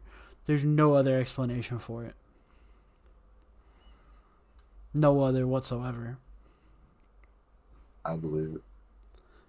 And then we get some like Oven shows up and just like we gotta go look inside, and Oven's fruit is randomly OP because he's gotta be like. Sun tells me his fruit can just hard counter the crap out of Akainu's fruit because he's heat proof whenever he goes heat. And what's it called? He makes lava at multiple times, and making lava is hotter than being lava. So I'm just like, I wonder if he's immune to Kainu's actual devil fruit, but the like Logia and power behind it would actually hurt him. That's a fight I want to see how it would go down, just because I want to know if it would counter like the science says it would counter Akainu, but I just want to see if it does or not. Oh, that's your dream fight. It's not my dream fight. I just want to know if like Oven's power system feels consistent with what it is. It doesn't have to be consistent. I just want to know if it is or not. I ain't gonna lie. I got a dream fight after this arc. What dream fight? Katakuri and Shanks. The thing is, like, it'd be cool, but we already know who wins. Yeah, I want to see it. I just want to see it. Nah, it's another one I want to see. I can't even think of who it is now. I thought about it yesterday, but it was another one that I thought would be really cool. But we'll get to it later. That's like I think Cat Owl is top 100 in the verse, but I just don't think he can beat a single member of Shanks' crew. Because Shanks has the strongest crew of all time. We still haven't really seen much about what his we just know like 4 people in Shanks' crew is admiral level. Because the admirals refused to fight Rue, Beckman, and the other guy, Yasop. So like when they showed up, the Kurzargo was just like, yeah, I'm not fighting any of them. We've actually seen Yasop do something now. Yeah, we see Yasop with a fucking regular ass gun can blow up a ship that was bigger than the Sunny. I like how you don't say spoiler alert, but I do.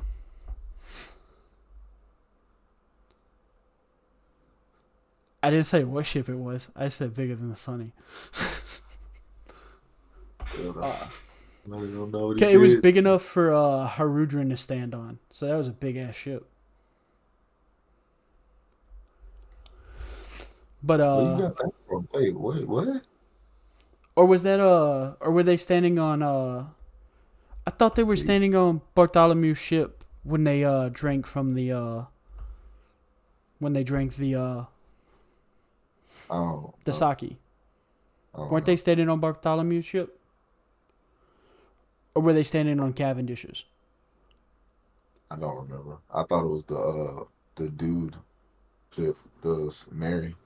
I do think they all are that strong, because I will say spoiler alert here. We find out that everyone that's not on Shanks' crew, Shanks just gives them the title of being in the fleet just so they won't mess with him. So his crew has to be absolute butt fuck insane to be able to protect a quarter of the world. He literally canonically said that he has the famously worst fleet ever. Yeah, but all his fleet is just fake stuff, so they won't attack it. Yeah. But also, Shanks' crew isn't that big either. Like, it's not small, but it's not huge. I think it's like, isn't it 12 or 13 counting him? I thought it was 12, yeah. Yeah.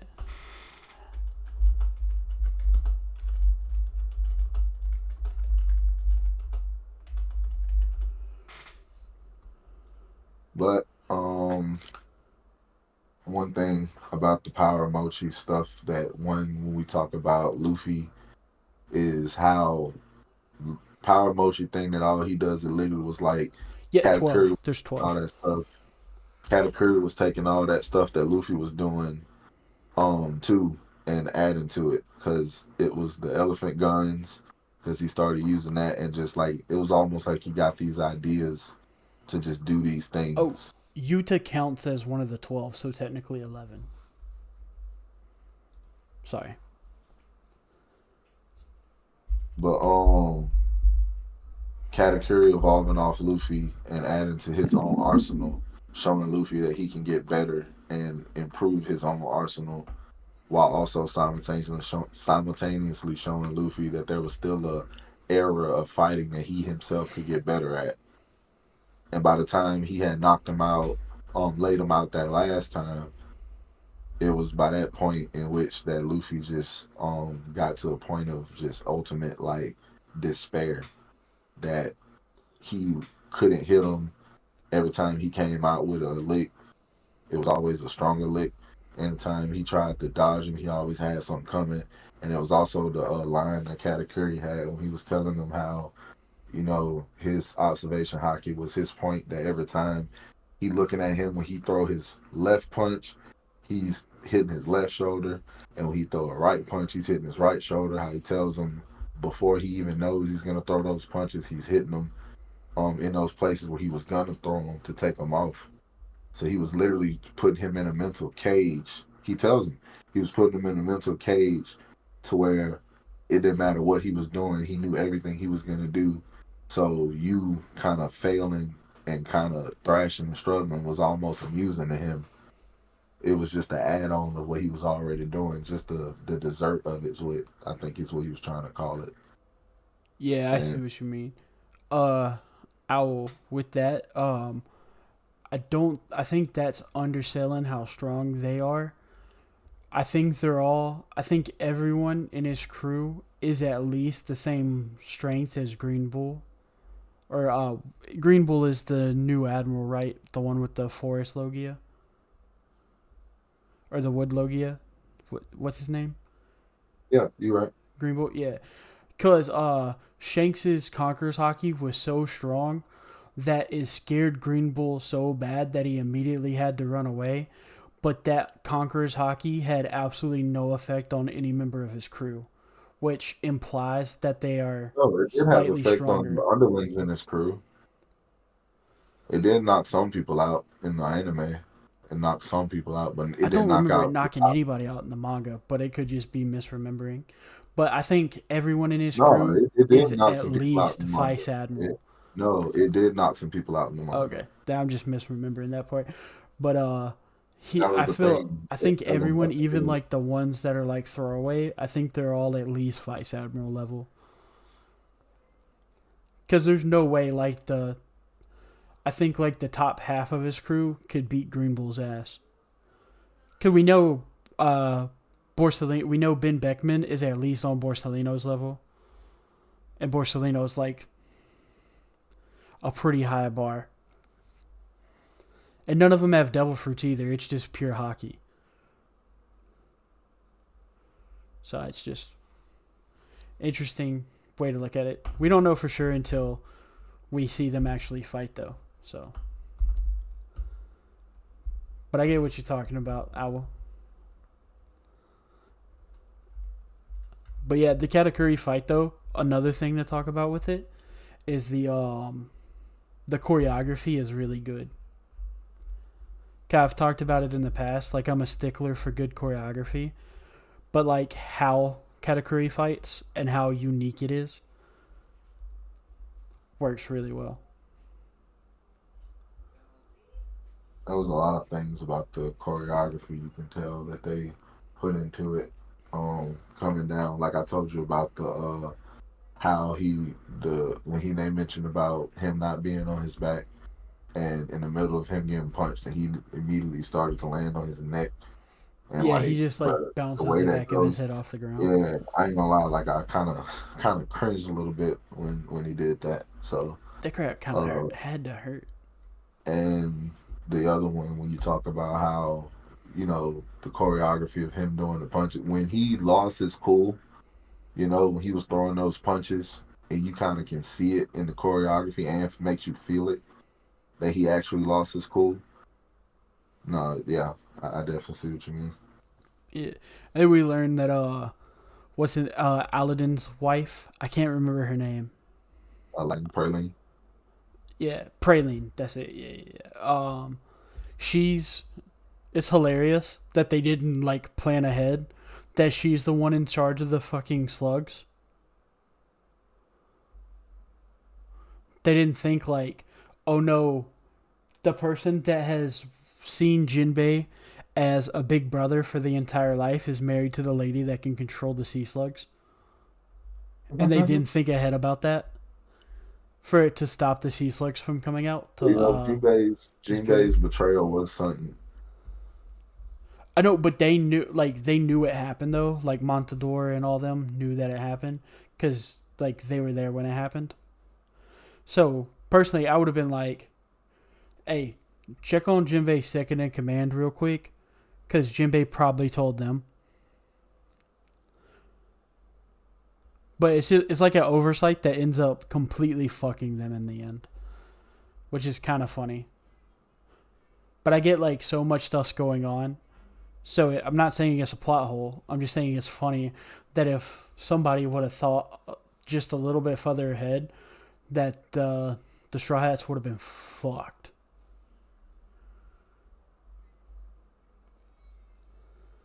But it just makes me subscribe to the belief theory more because Luffy just didn't believe that they cared. Belief theory fixes all everything. Belief theory, the only theory that matters. And then you see, I like how, cause it kind of feels like when he summons the donuts, Katakuri does, that it's like his version of Gear 2. I know it's not, but like as soon as he summons them, Gear 4 just no longer works. You know what I mean? Like nothing Luffy does works anymore. Like it looked like he was working for a second, and then he was just like, "Never mind, doesn't work anymore. I refuse to let you hit me." The donuts came out, and yeah, that was like his pretty much like his ace. Like I told you, like everything he was doing was like more efficient. Like with him having to do Gatlins and doing everything Luffy can do in arms that weren't even his. It was like, yeah, you didn't have to really. It was at that point that he didn't really have much of a choice but to try to end up predicting Katakuri and whatever he was doing so he could get ahead of it. Yeah, I get that you can choose Owl, but when you project it from literally miles and miles away, I feel like there's like certain amount of control that you can no longer put on it when you're projecting it hundreds of miles. Who's talking about Conqueror's Hockey? Yeah, that's like the thing that made that feat so insane was that it's because they're far away from Wano. Yeah, the Conqueror's Hockey projection feat. Yeah, so Yeah, that was yeah. because I don't think you can control like to project it that far. I don't think you can control who around you gets knocked out or not. Because you'd At that have point, to project so much, like because it would get weaker the further away from you it is. At least in my head, because that's how armament feats work. Like, you know what I mean? Like yeah. the other feats that we see. So if we're just gonna apply them across the board, that it gets weaker the further away, it would mean like everyone on the ship is getting hit with the maximum level of it, and it is spreading out. So the weakest form of that hockey that he projected is the thing that scared Green Bull away. So the people that would have been around like an absolutely butt fucking insane amount of Conqueror's hockey didn't get knocked out. And it makes me wonder when they untied the knot, like, would they have even been affected by it? Probably yes, but it's still something I want to know.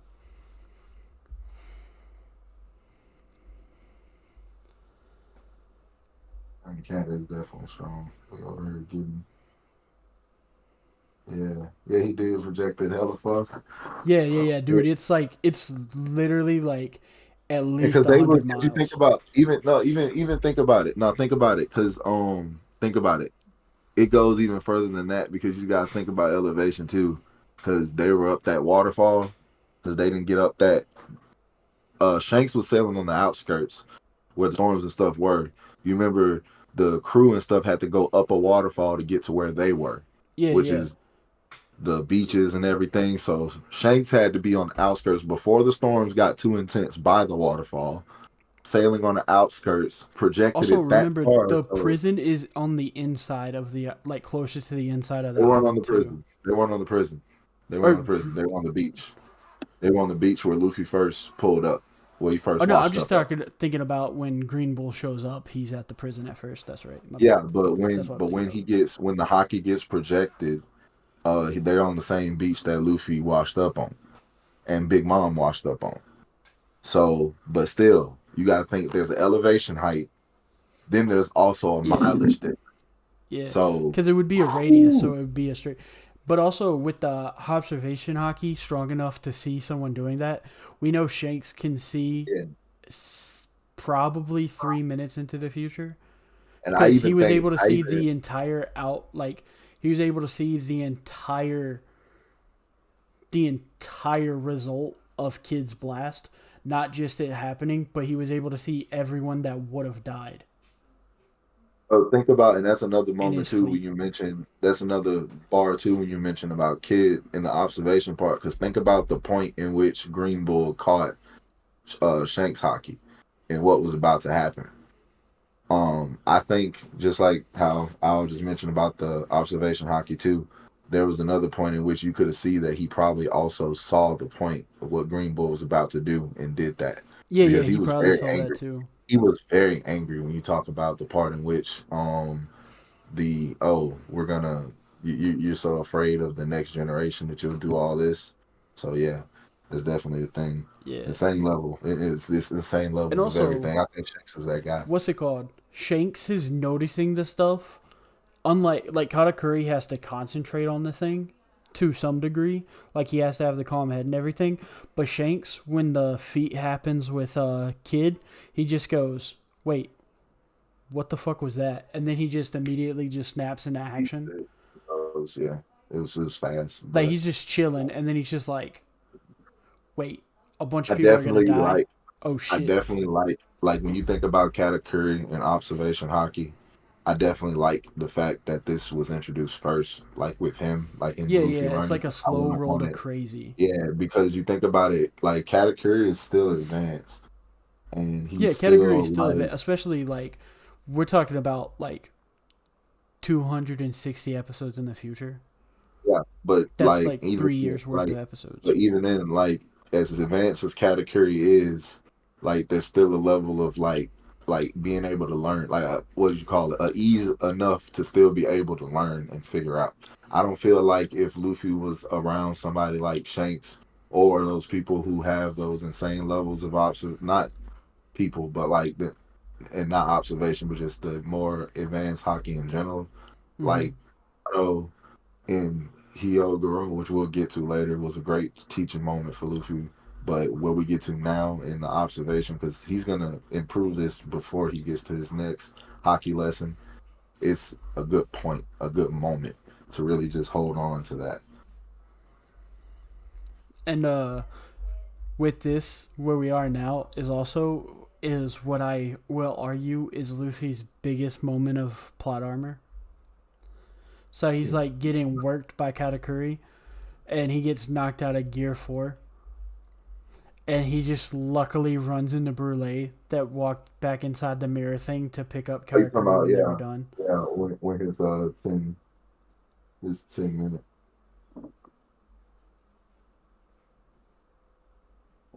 It's a habit, Al. I'm trying to fix it. My bad. I say like a lot when my thoughts are moving a lot, and I kind of noticed it recently. But thank you. I will fix it more. But you're right though. I wouldn't call it plot armor.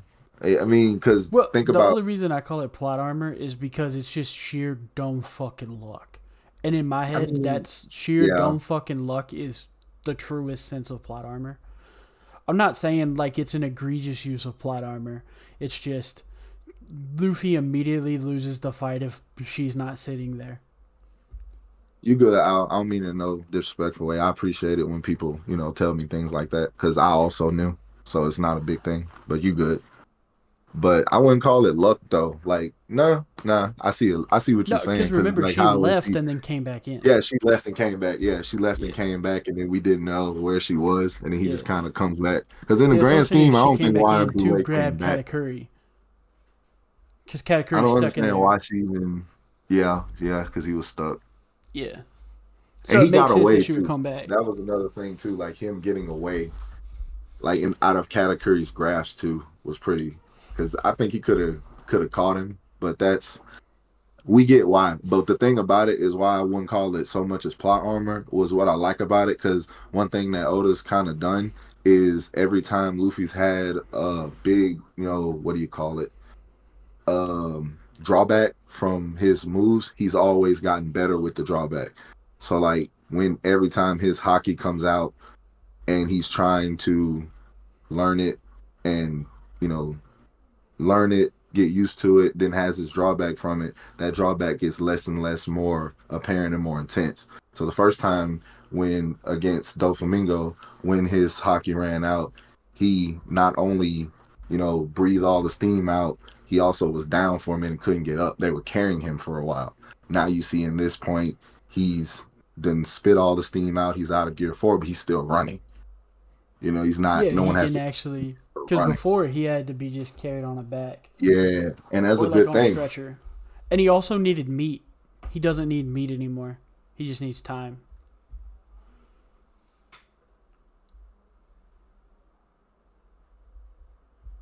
But that's Appreciate another that. good thing. You're right. Yeah, I like that. I like that a lot. Having more control of my own conversation. Yeah, thinking before I say is something I work on. Yeah, and losing. Yeah, because focus is the part too. That's why I kind of see the same thing what happened with people with stuttering. If you ever had people that stutter, it's kind of thinking before you say, kind of gathering your thoughts and stuff. And when you focus, kind of keeping the train of thought on the sentence and not the actual thought itself. It's just my own personal innuendo and understanding of it. But yeah, And then we get the people think Sanji is poisoning people because he's such a good and cook. that was a thing back to what we said last week. If you remember when I mentioned Veggie upon him getting introduced, it was the Capone thing with organized crime and how organized crime with all the planning and stuff. Also with organized crime, there's opportunities. So in Veggie's case, the opportunity, he even mentions it, the opportunity to take Big Mom out with poison. We're not going to pass up an opportunity to take out an emperor versus Sanji in his pride as a chef. Sanji's like, you're not doing that, bitch. I'll Yeah, fight. yeah, you're not messing up my food that we've just spent all this hard-earned time on, that we pretty much spent all of our resources doing, that we almost didn't get right because of a time limit. You're not gonna sit here and tell me that you're about to mess this up. And bro, it was a good. It'd be a whole bunch of people at that moment probably would have thought the same thing. Like, no, we probably should poison her because we won't get this opportunity again. But as a chef, I can understand his pride. They just put everything in that, like But Sanji was just like, nah, bro. everything. You don't. Yeah. Like, I don't know what y'all talking about. We don't need that crap. We don't cut corners in this household. The house he grew up in, there was no cut corners, just cut off legs. That's a terrible joke at Zel's expense, and I'm not apologizing for it. I love that Pudding's just like, I want to try it too. And I was just like, I knew Oda put that innuendo in there on purpose. And then I just tried to move on immediately.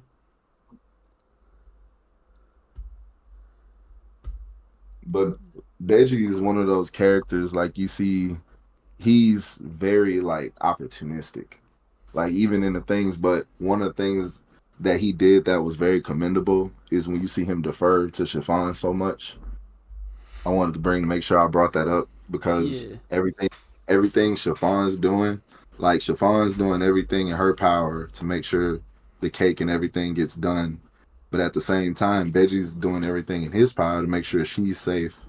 And now, she's safe, the baby's safe, Pez, and everything after that, he's trying to go for their escape because he's very a meticulous planner. You see how he playing the whole Big Mom wedding raid, you see a lot of those same skills coming over in the handling of the movement of this cake and the movement of like all the pieces. You know what I'm trying to say? Because when Chiffon goes down, because you mentioned when Oven comes back around, you see she's the one that tells Veggie, she's the one that tells him the whole plan about, moving the cake and everything. I'm not sure what you mean, Al. What do you mean for who So when misses you get back, channel? because when you find out later, because I wasn't trying to get too far ahead, that's why I was being vague. But when you find out No, it's later just that, both our channels. We just it's oh just wait, a oh you talking now? corrupt is the one with the higher pitch voice, and Dragon's the one with the Yeah, I'm deep dragging. voice. We're both like it's just both our channels. We just started the podcast together. Yeah, Like my voice is the one in the shorts and stuff, but that's just cause like we both just do it all together. yeah. I'm gonna end up probably. I was gonna talk to you about that off stream one day about Yeah. like doing a short, but I was gonna wait on that. Yeah, the only reason my voice is in the short just because it's whoever comes up with the script for the short is the one that records the voice for the short, and that's legit. It's just both our channel, 50-50. How does it sound too? Like, let us know how does it sounds. We're trying to fix the. I know last episode I went back and listened to it. It was very, like the mic was kept going out and it was really scratchy. I don't really know how it sounds after the episode when we go back and listen to it. No, no, no. Corrupt is the one with the higher pitch voice. Like me talking now, I'm corrupt. Me talking now, I'm dragging. Yeah, I'm eventually gonna get like a placard with our icons to put on the screen. I just Like it haven't is. found one that works. To know Is there a way to get the Discord ones that we got on the screen? there is, but when I kept trying to do it, it kept crashing. So I gotta. Ah, I worked on it this week, but it kept crashing OBS. So it was really annoying. It like I kept trying to get it set up this week. That's what I spent Tuesday doing, but I couldn't get it to work. But I think it was just because I was screwing something up. But I like how when Oven, because it cuts from the Katakuri fight to them with the cake, and Oven's just like, mhm. Chiffon, you're not leaving, motherfucker, you're not leaving, and he talks like that. He talks like He that, does actually. and then I He does love that actually. Pound shows up and just like, get your hands off my daughter, and then Dude, they tried his hardest to like keep him away from her yeah, and this this whole shit's time. hilarious. He's like, oh my god, I didn't know I was that strong, but it's really just Sanji so fast that he kicks Oven. He uses Shave to kick Oven, and Pound's just like, "Oh my god, I'm strong." that that that was one of my favorite moments in these, cause They I let you know love how that smart Sanji Sanji is too. mastered what's it called? Shave. Shave. I keep forgetting it's called Shave, cause he's mastered But almost it's all of like them, it's a everything but different. Finger Pistol. I think it's a different version because what I think the shavers have to keep going, but I don't think he has to keep going. Well, I think also he his can still do Skywalk it. is way faster than the old one. Yeah, That you because remember? his is called Skywalk and the other one's called Moonwalk, right? Yeah, Yeah, and his is way faster. Cause he can like sprint in the sky, but I think I Rob remember Lucci what couldn't. wasn't the feat. Correct me if I'm wrong. The feat when he left Dressrosa and got all the way to the Sunny that was on the Yeah, outskirts, he jumped like in the water. from the harbor all like he ran from the harbor all the way to the ship. Well, no, remember he didn't run all the way to the ship because he was gonna kick Dofi in the face. Like he was gonna kick Dofi in the face, and then Dofi catches him, and then Law swaps places with him in a rock. Ah, yeah, it's coming back to me. When It's he coming. like he's still pretty close to shit. He still went like hundreds of yards. But that He lets you still this had to go a moment. couple of football fields. the moment right here that he just did with Pound, it highlights the battle smarts that Sanji has that I Also, he love didn't use about him. haki. Yeah, The yeah, kick did that's that much true. damage and didn't use haki. And I love that Pound's just like, oh my god, I'm strong. I love, with his high pitch, he's like, oh my god, I'm strong. Sounding ass. I hate Pound's voice actor so much, dude. I couldn't pull that voice off if I wanted to. The way I you hate just did it, that myself. little I hate impersonation. myself doing that shit. I was just like, man, I'd punch me in the face. Man, that was crazy. But no, It's not as man, bad as Pound. Foxy or as what's his name? The guy that I called Dickface McGee, the rat guy from Arlong Park. Like it's not quite as bad as those two guys. I still hate both of them Rat with a Face passion. Magoo. Yeah, Yeah, remember I that hope was his I hope he nickname was never comes back in scroll. Dickface McGee. It's I like hope he Nezumi never or comes something, back. but his Yeah, channel nickname is Nezumi. See, you Dickface actually McGee. remembered his name. See, you like him. You actually remembered his name. I didn't remember his name. Nah, So dude, I hate his ass. look That's at why I remember his name. It's like it's cause I don't. It's in case I ever get a death note, I need to know his name. In case I ever run into like Ryuk and stuff, just be like, okay, because Dickface you. McGee's If not he gonna ever work. gets an ever, he ever gets a death note, that's the first name going on there. No, no, no. Foxy's the first name. Just like Foxy, Let me and then stop, it just man. erases Foxy Stop. from canon. It's just like Let me stop. yes. But isn't this the same part around? Because this was when we got the flashback when Hey, Pound, Willow Dreams, how welcome Big back. Mom. Welcome in, welcome in. How you doing, Willow Dreams?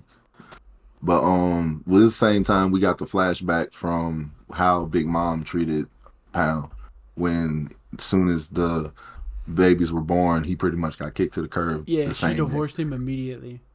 Yeah, like, bro, no, you ain't getting. I don't want no child support, no nothing. No, But Big Mom was just then like on like now that they're born, on to the next dick appointment. That's literally what she did. on to the next, on to the next. But no, then we get the next part because I know last week we talked about the Devouring Mother archetype, and we get probably the exact scene that probably describes how the Devouring Mother archetype works. And literally, she tells Chiffon that she probably be a failure just like Lola, and literally compares her to her. She hadn't even done nothing, and literally tells her that a child is of no use to me, is of a child that has no value, or what, a child that has no value is of no use to me, or a Yeah, child or that has a child that use, doesn't listen to her mother has no value. yeah, doesn't do what her mother wants. Like a lot of things, whatever translations we take, is a lot of things along the line of if you don't do what I need you to do, then you are of no use or of no value to me. Also, And that's another literally, interesting thing go ahead. is Oven doesn't call Big Mom his mom. He calls her the Queen of Totoland. Hmm, I just that's noticed that. that is interesting. I legit just noticed that.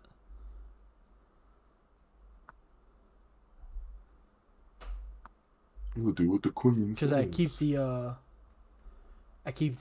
what's it called, the manga open just so I don't lose track of what we are talking about. Like I keep it open in the background so I can remember, in case so I don't forget something. And I just noticed that he does not call her mother. He's not call her mom. It's our queen, which is a really fucked up way to see your mom. I mean, it's also true though. Yeah, like because she I mean, rules she them is with the the queen iron of Total fist. Land, Well, and kind of like technically, the more. hockey armamented fist.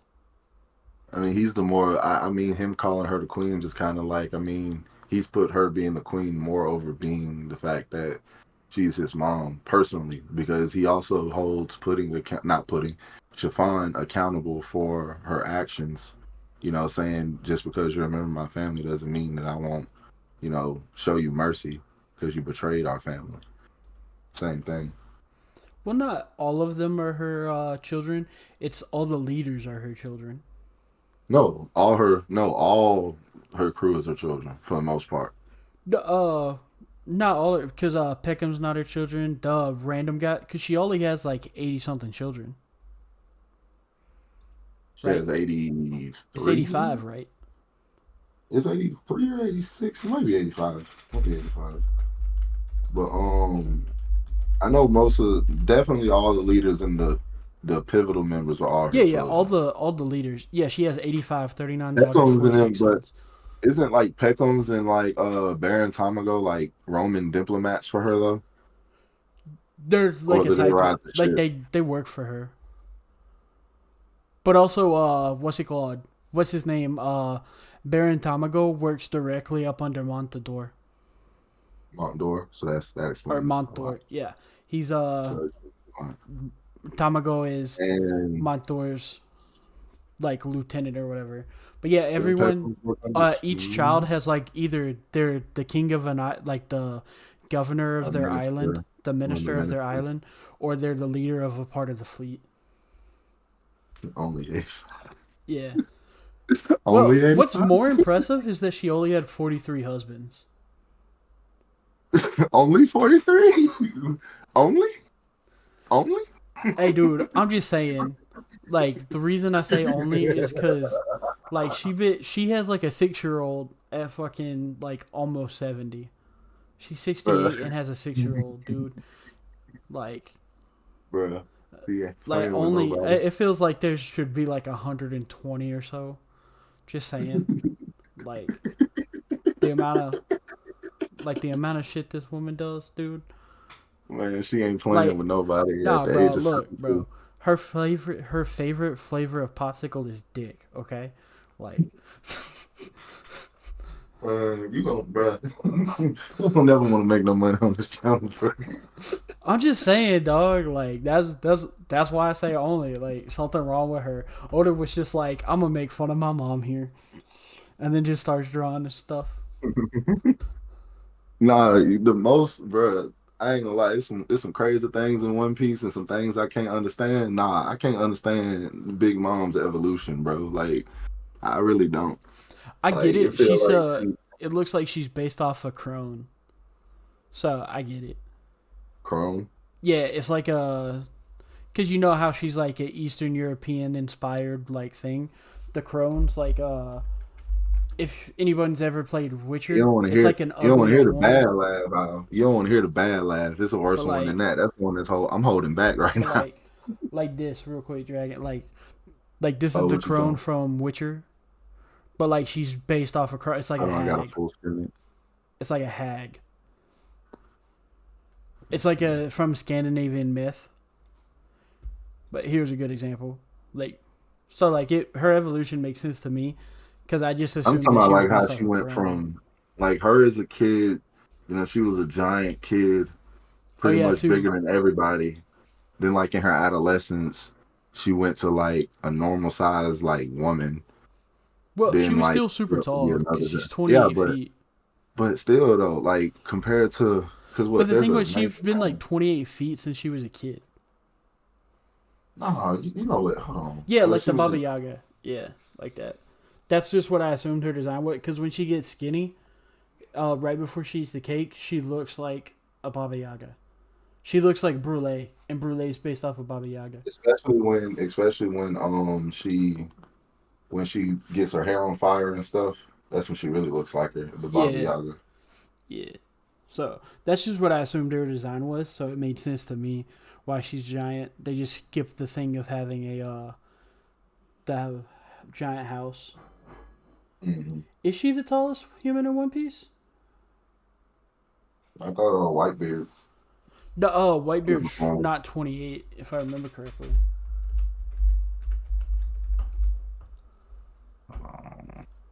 I'm trying I'll to say find that Whitebeard's manga. like 26. No, Whitebeard is 21, 7 inches shorter Dang, he's shorter than Big Mom. by 7.5 inches. I would have never guessed that. I wouldn't have either.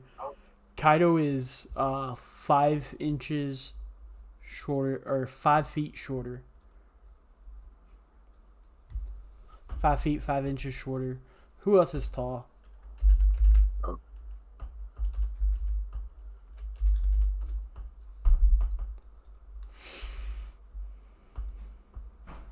Oh, Katakuri is shorter than you think he is. He's only 6'10", 14 and 8 inches. You always putting these onlys in front of these tall ass numbers. Well, compared to the other numbers we talking about, I guess I Yeah, like understand. I'm like the reason I say only is because like Dang, I can't it's think because of of that fucking chapter. yeah, dude, she's almost a whole 10 feet taller than Kaido. That's crazy. What's it called? Kuma's only like a foot shorter than Kaido. You wouldn't think it looking at him. No, you wouldn't. You wouldn't at all. What's it called? The reason I say only though is because like, the giants are like hundreds of feet tall. So that's why I say only for these people. Yeah, well, we getting the L, Bev. That's gonna be a funny one. Yeah, like let's see how tall Dory is real quick, because But we Dory's the got taller all of off the top. two. He is. Oh, he's actually shorter than I thought. He is 74 feet tall. That's still tall as fuck. Sitting down too much.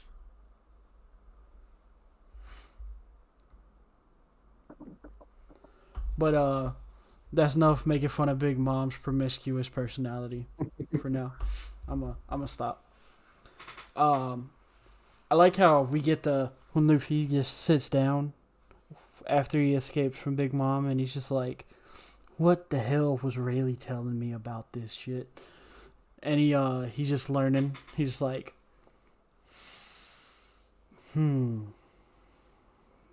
They think, let you know he just not, he always think. thinking. Yeah, Because everyone calls him an idiot, like he's naturally known as an idiot in the story, which is everything everybody's always said about him, the Straw Dory Hats and is everything. 51 feet taller than Kaido. 51, yeah. That's not a small number. It's not a Yeah, small number. that's he's a little over 3 times. He's But every time we 3.5 times see, Kaido's height. but nah, every time we see Luffy have these idiotic moments of like, because I'm trying to think of something. That's why I said like that time. That was intentional. And Every those are the time short something happens, giants. Owl. what are you talking about? Talking about I was like, damn, giant's tall. I said like there. Whoops. Um, but but Oars Luffy is has like moments. Oars is tall as. Are you still on the height train? Sorry, it just popped in my head. I had to look up how tall his Oars is. Oars is 219 feet tall. God damn. Okay, sorry. I apologize for that tangent. But nah, Luffy, every moment of idiocracy that he has, every moment of just pure stupidity that he has moments of genius, and even not even genius, moments of intellect. Cause like he thinks in moments where you would wish him to think in other times. If he was a person who thought like he did in fights, that he thought all the time, he'd be like, I wouldn't say a much better character, but he would be like, I'm saying like a lot because I'm thinking he's more so the one who's Apparently, he gonna. is taller in his dragon form than his human form. He's still on the hype train. The they asked a question. I Oh, was I asking keep a closing question. it. I keep closing it and reopen it. So apologies if I'm not seeing the live stream chat as much as Corrupted is. Corrupted has the chat and stuff on his screens, and I have the chat and my actual screen on two separate ones, and I keep changing in between the screen that's on chat, so I keep having to go back and forth.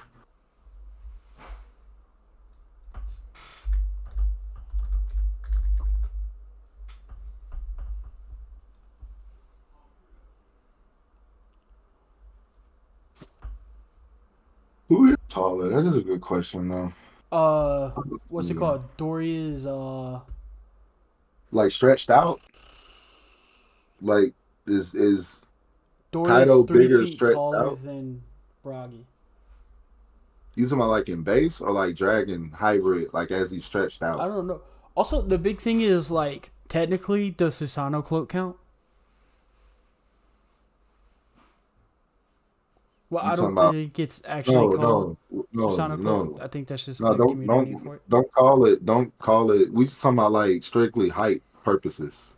You know what I'm I saying? can't find anything that has a. It's not confirmed height. But how long is Kaido and his dragon all stretched out versus a giant? There's no I've always wanted to confirmed. know. That's I Really? tried looking that up. I can't find a confirmed. Dang it. Kaido.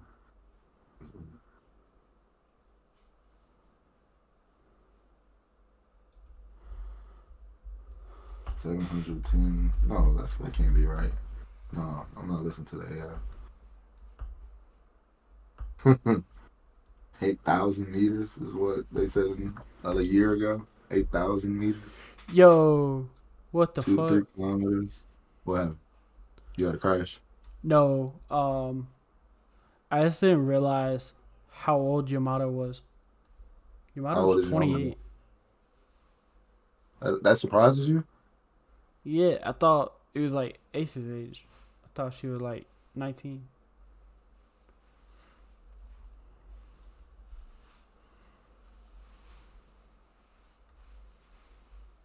Yeah, it's like Luffy is a lot like Goku in that regard.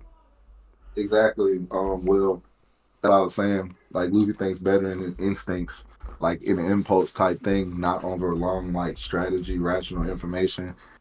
And that's where in his moments, like right now, that's that whole fight. Like Luffy's whole fight right now with Katakuri is being challenged instinctively because in going against someone with such an advanced observation hockey, he's having to, challenge his own thoughts. Because I think we mentioned earlier in the stream just how hesitant Luffy was earlier on in this fight versus how he is now. It's like he's almost like challenging his own instincts versus making them evolve, which I think is why we bringing up Rayleigh and how he's re-referencing Rayleigh in everything. Like every time he comes back to Rayleigh, it's time to evolve. We saw it in Dofi fight. In Dofi's fight, he referenced Rayleigh, and that's when we got Gear 40. He could always do it ever since he was training with Rayleigh on that island. And now we got to the point now he's referencing Rayleigh again in order to relearn observation hockey. And that's just those instincts. He's showing beautiful thought processes and beautiful you know, critical thinking skills and re-pulling those things he already learned from Rayleigh and applying it. And that's how he's learning it. Also, the And other thing I like with the Rayleigh stuff is going back to the one quote from Rayleigh of how in the heat of battle you'll understand it better.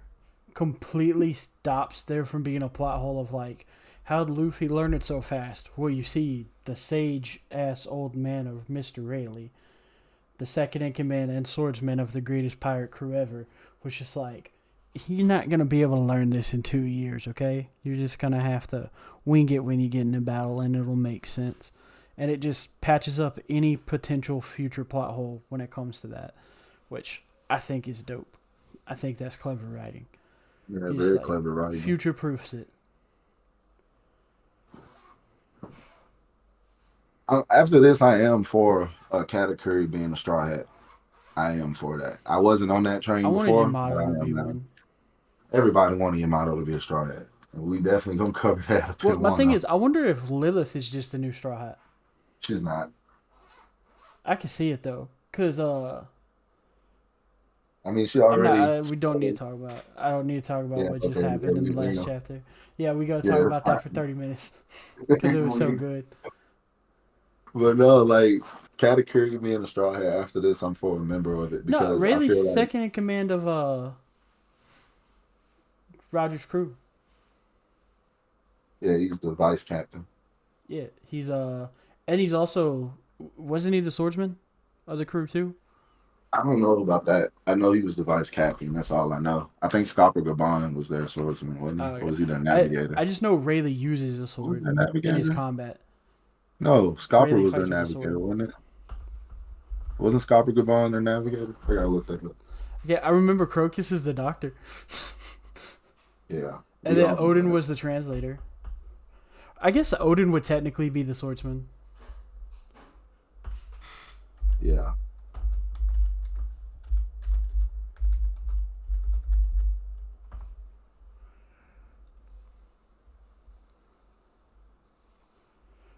yeah, I can't think who it was. So he is a swordsman, but he might not be the crew swordsman. You know what I mean? Like Yeah, like Brooks a swordsman, but he's not the Straw Hat swordsman. That's Zoro. It might be like one of those situations. God dang it, what was it? But because his new card that just came out, that's really good in the card game, is he's got a sword and he's just like, bring it, motherfuckers. A lot of people saying it was Scopper. No, it wasn't. You saying? I don't know. Some people saying the Scopper. Some people saying I'm in Reddit right now. Some people saying the Scopper. Some people saying it was Yeah, another dude, guy. the old like, and people forget like if it wasn't for someone interfering, Odin probably would have beat Kaido. Like talking about how stacked the Oljin were. It's like it reminds me of if y'all watch Naruto when Hashirama Senju was just like the previous generation will always surpass the old generation, and the guy that's saying that nobody but Naruto from the new generation could beat in a fight. Like that. That's what it reminds me of when you see the crews. Like Hmm. And I do agree with Dreams here. Like I do, because that's the whole reason that I wasn't on the bandwagon for Katakuri being Straw Hat at first, because you would want someone like Katakuri bending, seeing him as a second. You always want him as like a forward, like a captain. Like him being the strongest in Big Mom Pirates is just where the type of position that he probably needs to be for a character of his stature. And that same thing like Smoker too. When you mentioned him too, because I think about him and like those stoic honor characters who just they are like omegas kind of like they are forces to be reckoned with, and they kind of work better doing their own thing instead of taking to someone. But that's the beauty of what Luffy and them do. Nah, he'd have to ride the ship and all that too. Yeah. Hey, I gotta think about that some more. I gotta think about that some more. But at this point now in the walkthrough, I think we're on um you talked about oven and chiffon, the cakes being moved. oh Is yeah, this where he goes Snake we Man? left off to right at we're talking about the where he was remembering what Rayleigh taught him and remember his training, and he Yeah, just we left goes, for Brule. We left for I Brule. want to He's still trying to surpass get him. back. And he goes, Yeah, I want to I'm beat with the you. billion I'm back. berry man at his best. So he waits to let. So he's not just waiting for his hockey to recover, but he's also waiting for Katakuri to recover his hockey. On some Goku type stuff right now. Yeah, he was like, Fighting I will fight like you. a full power. That just reminds me of no one's more disrespectful in a fight than Goku when he realizes he's stronger. Yeah, because he'll let you, power up. I remember that meme. Yeah. I remember that. But we Like, get to Luffy's not quite on that level, but not yet, not quite yet. yeah, he gets But there he though he, with the Borsalino he fight. has some s. He has some some Goku esque moments. Like Dude, I you don't still gotta love. apologize for language. Have you heard how I talk? Yeah, I'll be yeah. I gotta turn it down in case we ever get monetized. I Yeah, gotta be better y'all about it. enjoy the Sailor Talk Wise here, because but I'm gonna have to put like a shot collar on or something. We'll do a special stream where I have a yeah. shot collar and I get shocked every time that I cuss. I'm gonna put it on my wrist though. I'm not putting it around my neck. But But I know since we were talking about Wano, I know I love in the Gear 5 fight that I'm not gonna say too much about in case the viewers ain't seen, but there's a moment in which when Luffy goes to jump back away from Kaido to set up a punch, he jumps back on a pillar, the same pose that was like Goku right when the Jiren fight, when in the first UI Awakening, when he jumped back on on the middle um tournament of power pill and then jumped that Jiren with that scream. It was literally like the same, almost like animation. Like when you look at it, when he jumped back and landed on the pillar with the smile, then jumped and with the twirling fist. Like the twirling fist was the symbolic scream kind of thing, but every time, like I love those like moments in which they parallel other animes and stuff because that's becoming a new trend now in the newer animes. They kind of reference each other a lot. Well, you want to know what my favorite animated moment in a One Piece fight so far has been? What it is, what it is, what it is. Okay, so it's Aokiji versus Garp. Right before they punch each other, you see the reflection in their eyes, and it's a reference to the episode where Corazon dies. Because Yeah. they're eating rice crackers, and it's a reference to the episode that Corazon dies, or the episode before Corazon dies, because that's the episode that we learned that him and Aokiji are friends. Because when Corazon reports where the Ope Ope no Mi is to Sengoku, Garp walks in his office and asks him if he wants to try the new flavor of rice cracker, and he says, "I can't. I'm busy right now," and kicks him out.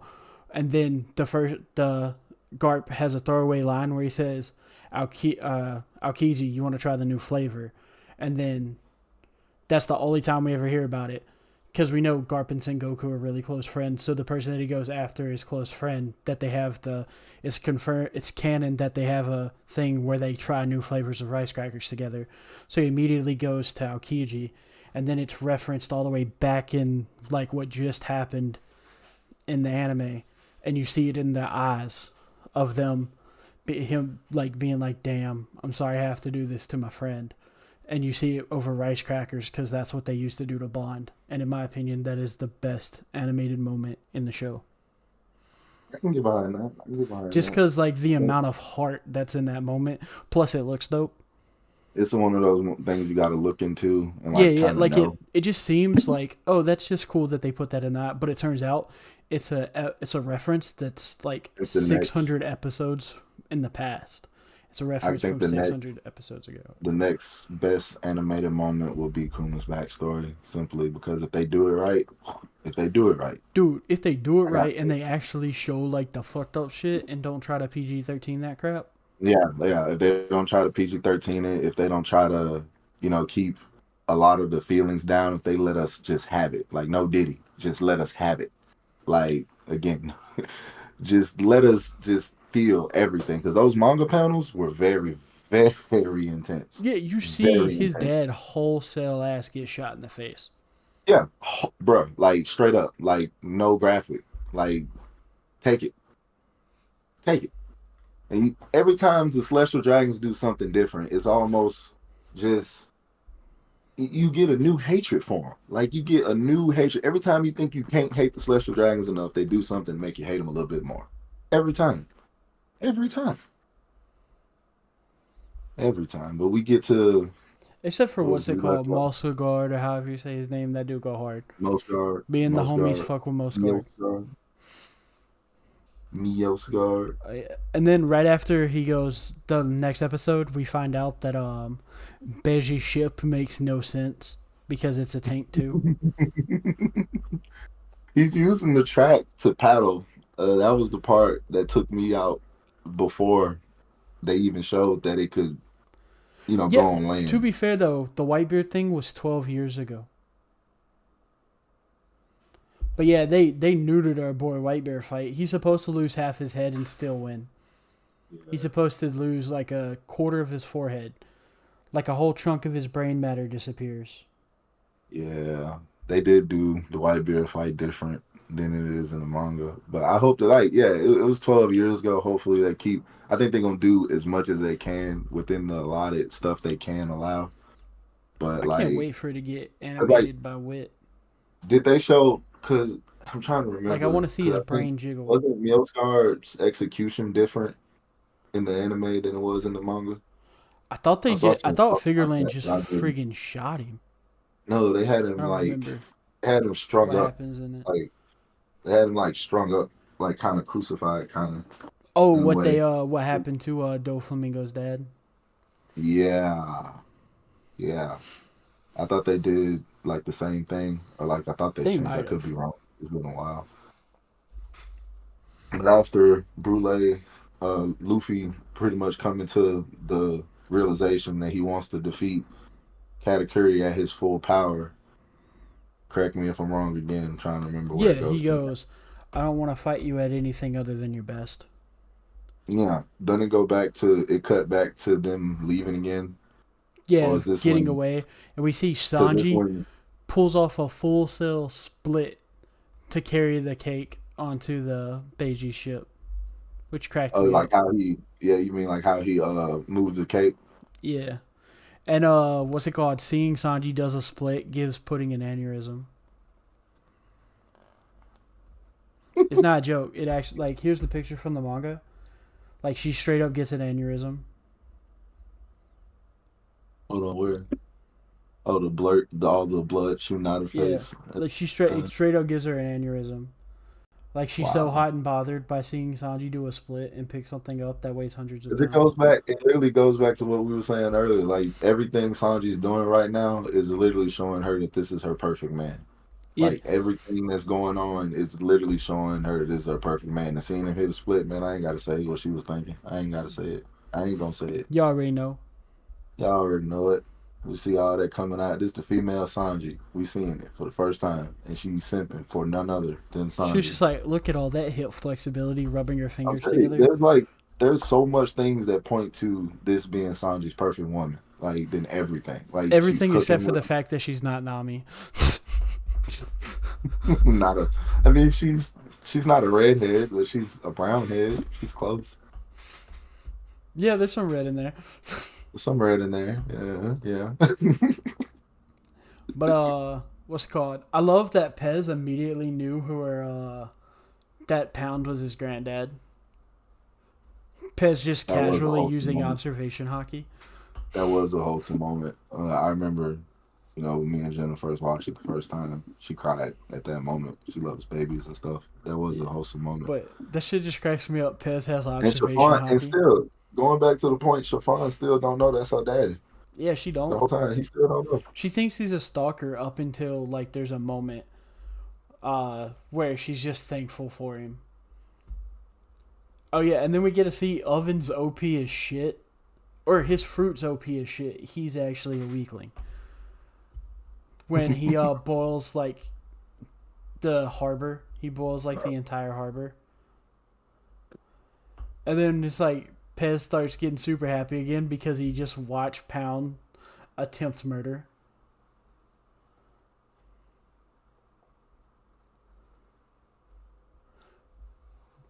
Like Bonnie don't get to be saying that shit. Yeah, she 12. Like Bonnie needs to shut up.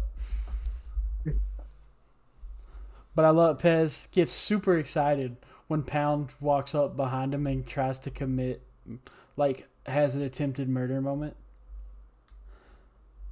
and just smacks the crap out of him. I forgot Bonnie did mention that. I I love that forgot all Pound's. about that. You didn't fall into the water. Oops. Whoops. Big whoop. You want to fight about it? But they like heavily imply that he dies here because Oven pulls out a sword and catches it on fire. And then Pez starts crying. But in the anime, it like shows like it makes it look like Sanji is using observation hockey, how it shows his face, and it's like darkened over, like he saw that somebody died. Yeah. Yeah. They love that darkened over trope. And it's a good one too. He puts it in the Yeah, it's right a solid moments. trope. He puts it in the right moments. Like even Also, Luffy. Oh, I knew a moment we forgot to mention. hey, And I real quick kind of though, I just noticed something. Sanji's like 18 though, so he allowed to like fuck with Puddin', like the Romeo and Juliet laws. I guess I don't know. Chapter 888 is called the Lion, or it's called Lion. yeah. It's not for that reason. It's because of Carrot, but still.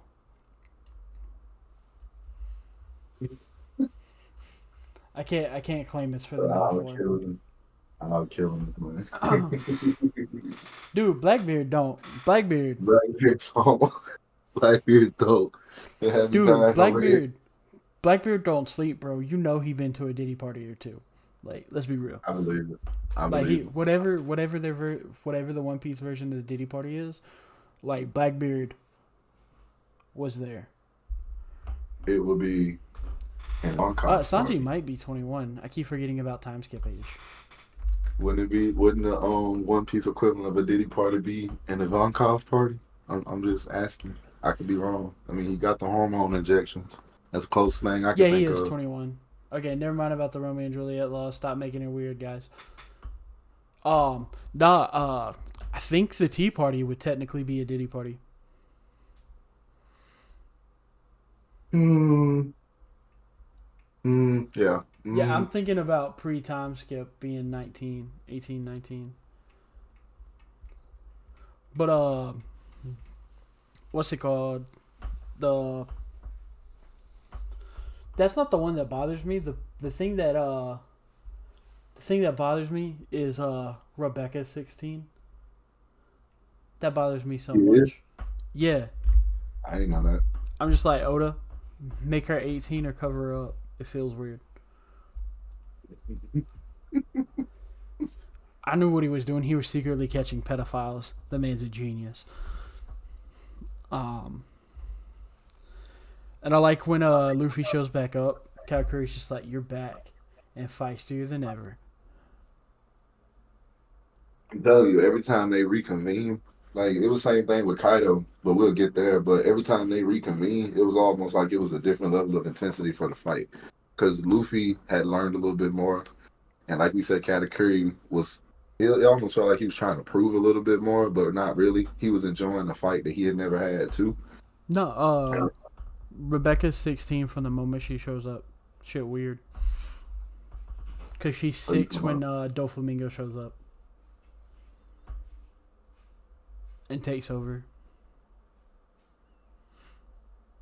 It's weird, I know. I don't like it. It bothers me.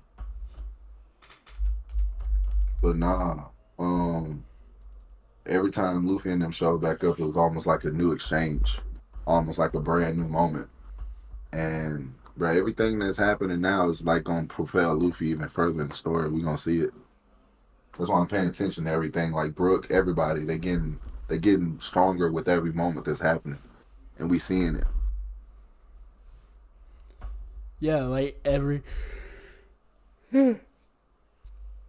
sorry, like every little thing changes. He's like, I like how like Katakuri was just like, "So you tired of being a fucking coward?"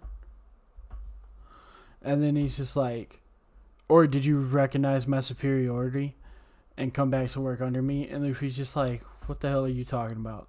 And then Luffy's just like, "I came back to beat you." And Katakuri's like, "That wasn't an option." Tells him straight up like that's not an option to beat me. And it's I love the little future talk they was having too. Every time Katakuri's telling Luffy that I control your future and everything you do, and Luffy basically bouncing back at him, telling him it's my future, I control it. And that was one of those things in the moment that at first when the fight first happened, that was almost like, a tall tale. Everything that was happening, Katakuri was controlling. Now you switch over to the later half of the fight when Luffy's learning everything. Like he's learning the observation hockey. He's learning how to fight. He's learning his speed. He even pulled out the Snake Man, which we're going to get to in a minute.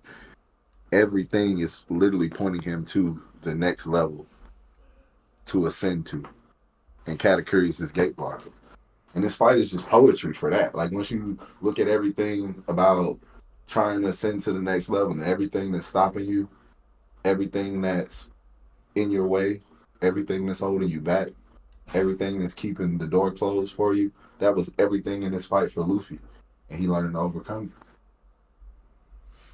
it. Yeah, cause he got his ass beat. For the most part. Like For the absolute most part. For like 80% of the fight.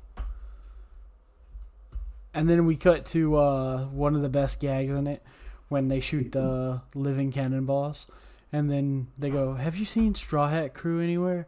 And Nami goes, "Yeah, they went that way." And the cannonballs turn and chase and then crash into the water.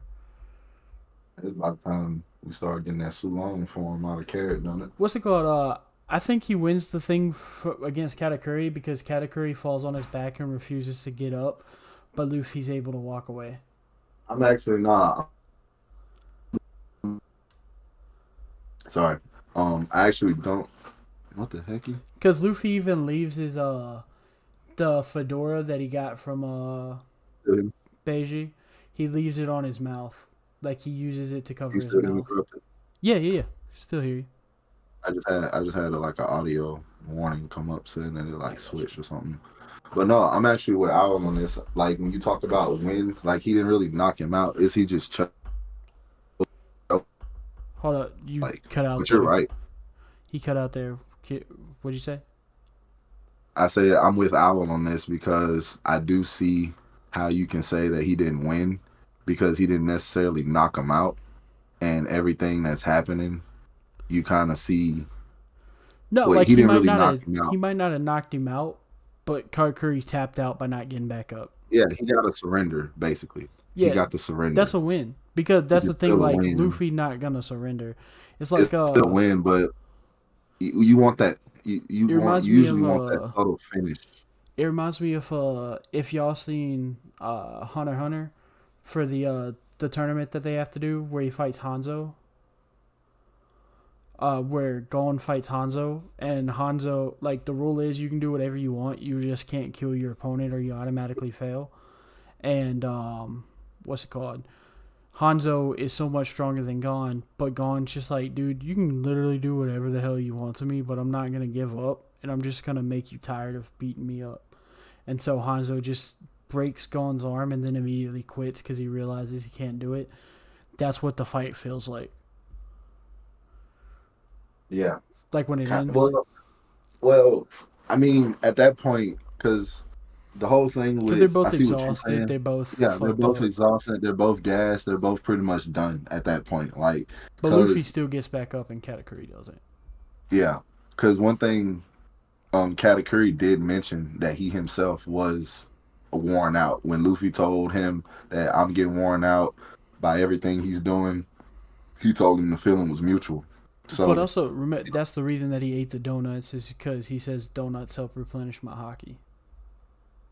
Or sugar helps replenish my hockey. And he just happens to like donuts the most. yep, but he fell unconscious at the end, and like you said, Luffy stayed up, and that's pretty much the W all you Yeah, need. But but I also Luffy want to still touch walked on, away though. Katakuri didn't walk away. Ow. That's why I yeah, give it to. It's like in an MMA fight. It's like like it reminds me of. Did you watch the Max Holloway fight versus Justin Gaethje fight this year, where Max Holloway had the last second walk off KO? Like Max Holloway could yeah, but he probably like actually, it probably yeah, hurt no, to that's move. You were you probably can't. gonna pass out later. But he still got knocked out though. But I'm just saying, like, I'm just Like using it as a good that's what example, you. like a real life That's example. but that's not what happened though. As a real life example, that's not what happened. Like you talking about both? Imagine, okay, to put what happened in One Piece versus what had to happen in real life. Okay, The then Justin a good Gaethje example would moment. be in Just 2018.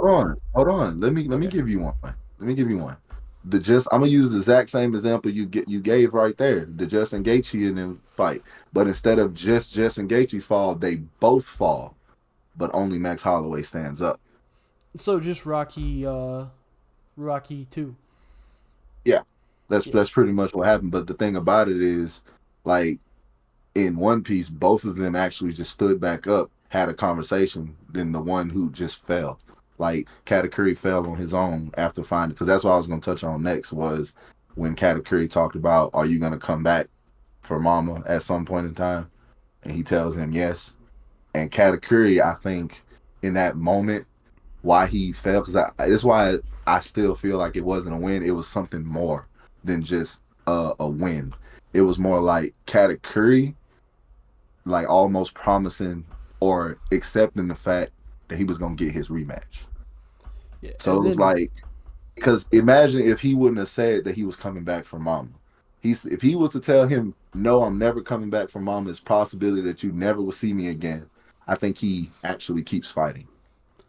like I don't think he stops fighting if he tells him that he's not going to come back. If he tells him he's coming back, he stops fighting because he wants his rematch. I think a That's my better way head to canon. like a better real life thing, a better like real life thing is like a game of chess when the person like it's a really close game and you could draw to save the point, but you respected how your opponent played the game of chess so well that you just forfeit because they like came back when they were I super far wouldn't, behind but and I wouldn't come, I wouldn't put that on Katakuri to just forfeit. That's but why I that's what said about the falling on his rematch back part. does. It is Yeah, a forfeit. but that's what I'm saying. It goes deeper than just a simple forfeit because he saw that all the Yeah, it's an pieces were admittance that Straw Hat was right and he was wrong. yeah, Like falling yeah, on his back is admitting that Straw Hat was right, which is still a loss because he was wrong. Being yeah. I wrong mean, is I'm still not like he saying he lost the didn't lose. argument. Like It's they just like it argued with doesn't feel the fists. same. They argued with fists, but it's admittance that he lost the argument. And since the Yeah, fight is the but like argument, he still I lost. don't. So, I'm not but saying I so get much like like it's not like a loss as like it's not a typical loss. I'm also like the whole reason behind the loss because I think Katakuri accepted the fact that he was gonna lose right here off the fact that he was gonna fight him again. Possibility. It was a possibility he was gonna fight him again. So let's lose right here. I'll take Yeah, this that works L. This too. was game one. Yeah, you're right. This was your game one. This was the game one. I'm gonna let you have game one What's weird though, because he you coming didn't back. go. I don't remember him being at Wano, but No, Pharaoh he Sparrow wasn't. was. He wasn't. He Yeah, wasn't. I was yeah, he upset was probably about that. just like, I'm not gonna fight. I'm not fighting Luffy again. We I gonna ain't gonna lie. fight I was hella upset about that he wasn't at Wano. because Pharaoh Sparrow's there because what is it? Marco's the one that beats the shit out of him, isn't it? If I remember correctly. No, it was Nekomamushi, Oh yeah, Cat Viper. Nekomamushi. That's who it is. I remember whoever it is beats the dog mess out of Pharaoh Sparrow. Oh yeah, Who is it it that was Samsung. there's somebody Marco beats the dog mess out of. I can't remember who it is. Marco, I think Marco did some stuff to Queen. I can't remember. Well, we're gonna Sanji's get the one to that folded Queen like laundry though. Like he but folded Queen's clothes with him still in them. after are After you gonna go? we we get gonna- the Sulong moment, and the Sulong moment was fire. Learning about yeah, Sulong, Sulong, they bro. were The awesome. whole point about the Sulong thing, what was because it was the first real time we see what Sulong can do. And bro, this girl was doing everything. You talking about like surfing the water? She was jumping everywhere. Pretty much up and down, left and right. She was everywhere. They couldn't do nothing with her. And it was one thing that was very interesting about it was how her mind changed when she went into Sulong. Kara was very playful of a character. She was very playful, very whimsical, very childish. When she went Sulong, bro, it was all business. Like she jumped over there on them boats. I'm talking about playing with them boys. Made Daifuku little genie thing like slice up three of their ships. Yeah, and the Um, genie's not weak. he's not at all. Like he's not that strong. Like a full health Sanji could probably beat him, but like Sanji's exhausted. He's been up for hours, and he was still able to deflect everything that the genie could do. So, like, but he's not And weak though. He's stronger than uh, Brook. I'd say that he's yeah, he's, stronger than he's he's Brook. very So strong. And everything she was doing, because you kept mentioning like oh yeah, that's Pedro. right. I forgot. Katakuri fought Oven. I forgot about that shit. Like we don't see Yeah, it, but I forgot about that. I totally forgot about that. But the Sulong thing, I just like it because lightning is my favorite element with everything, and so the fact that when they go Sulong form, they have better control over lightning makes it sicker. yeah. Which they already have that Yeah. natural Well, also conductivity. like what's it called? Carrots is like above average because she uses a claw instead of the like a sword. Yeah, that's true too.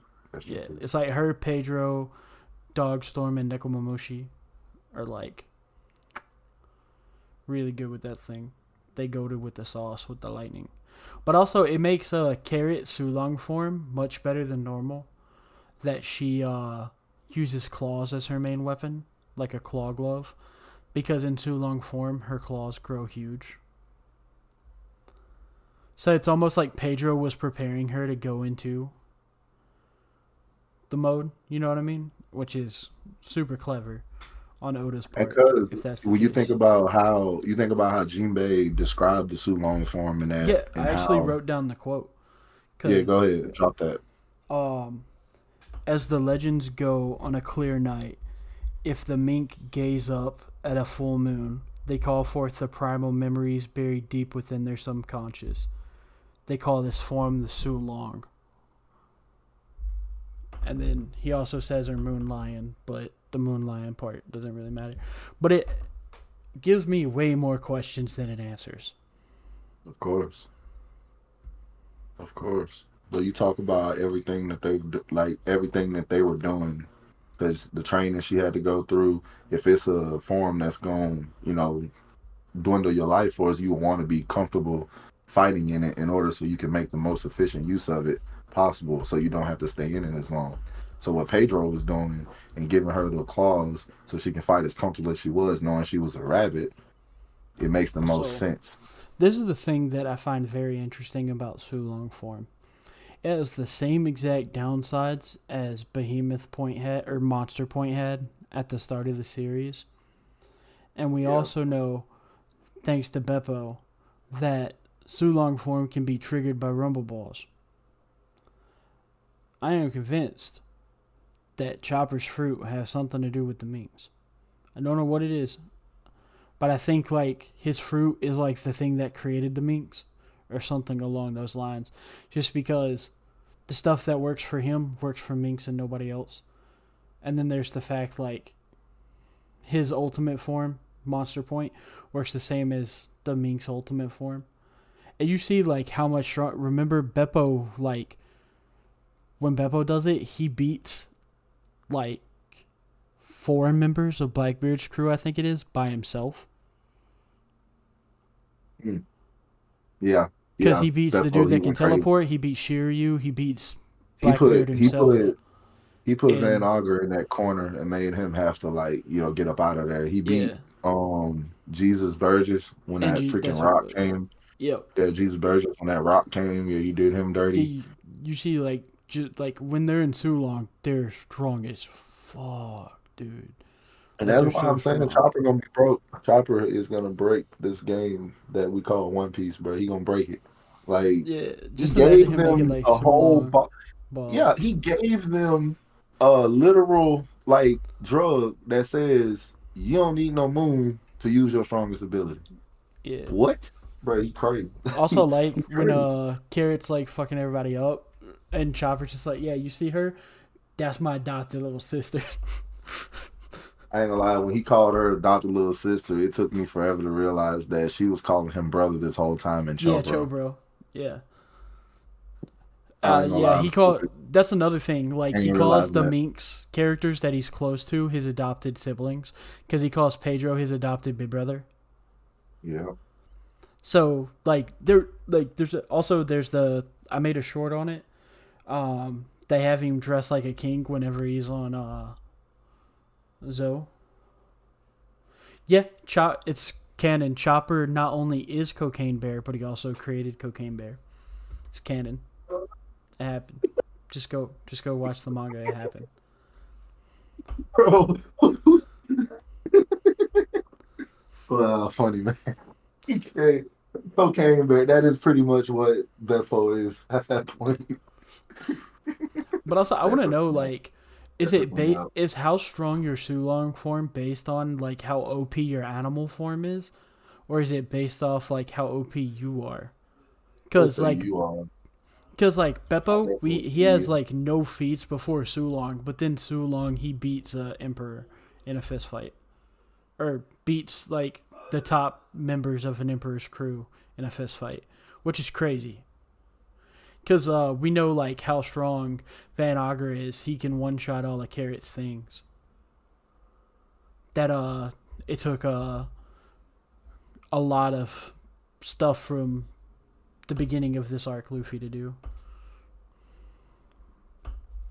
But now, seeing how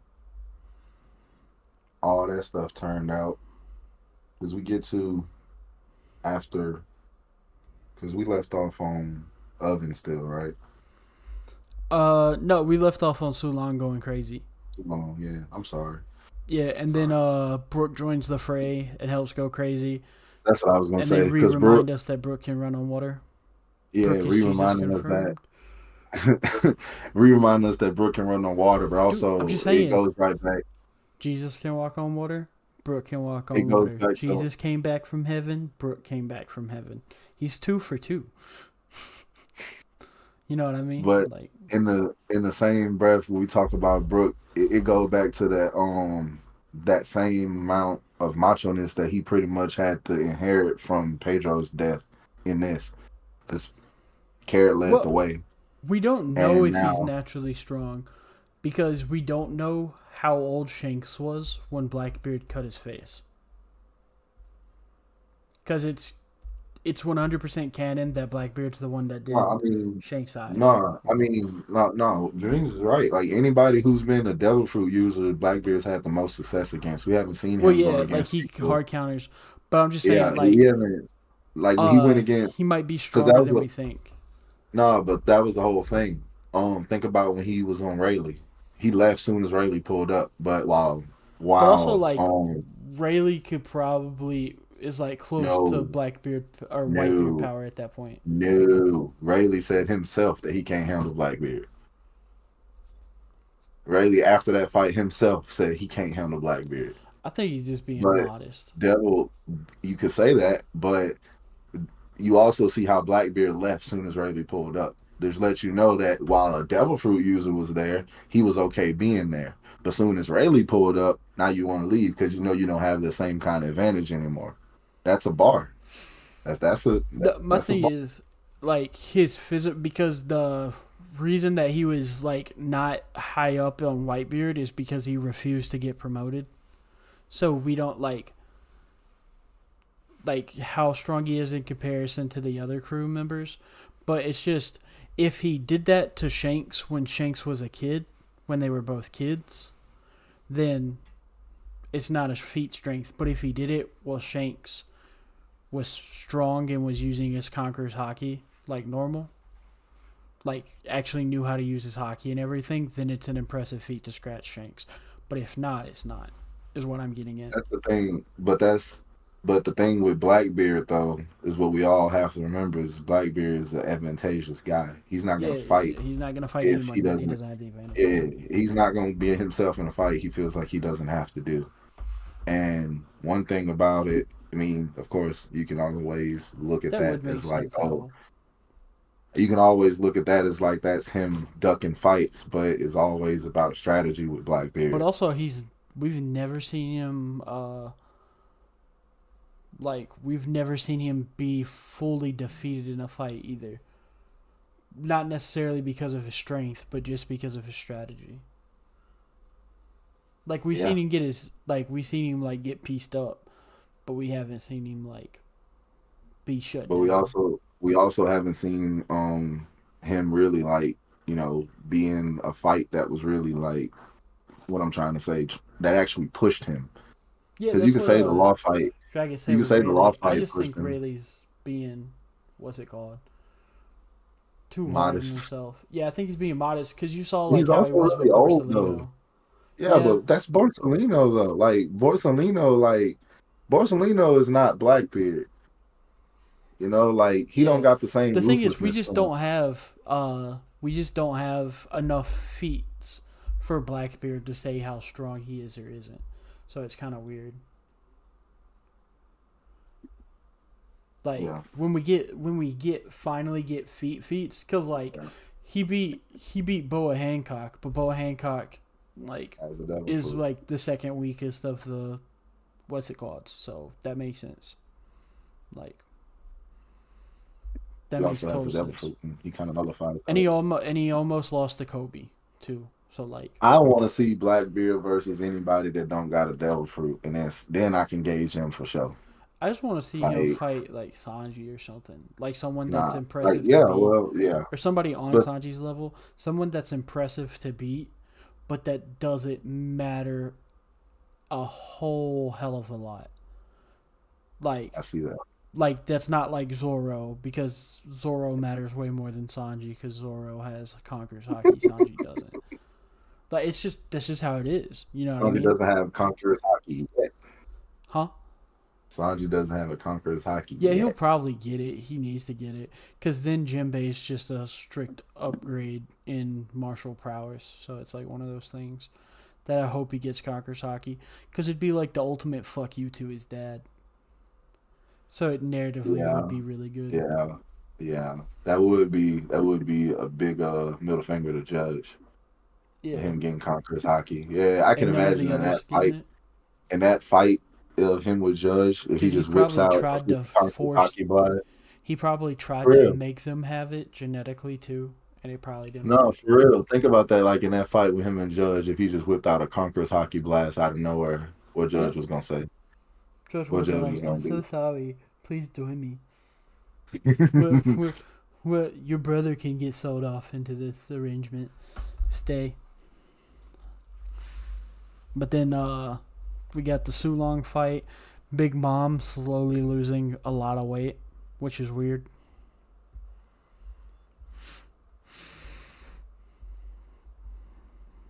Beiji tries to poison the ship. Sanji says, "Okay, try the cake, you piece of shit. Fuck you." Uh, Beiji's just like, "It's so delicious, I can die. I'm happy enough to die here." Pudding almost dies. She falls and hits her head on something, but she immediately gets back up. Well, Um, Carrot does some more shenanigans. Also, I like how Carrot does it. how she go to sleep? What's ACOG? Advanced color conquers. Oh, okay. I keep forgetting colors. He does not have Conqueror's Haki.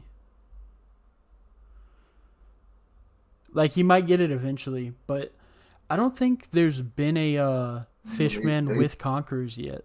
they said I remember I know what you're talking about Al, about that black lightning. I remember that conversation too, that black and blue lightning. And I don't know. But They no, said that he what's it had the called? conquerors there, but I don't know. The the color of hockey doesn't actually matter. It's just so we Yeah, know the difference.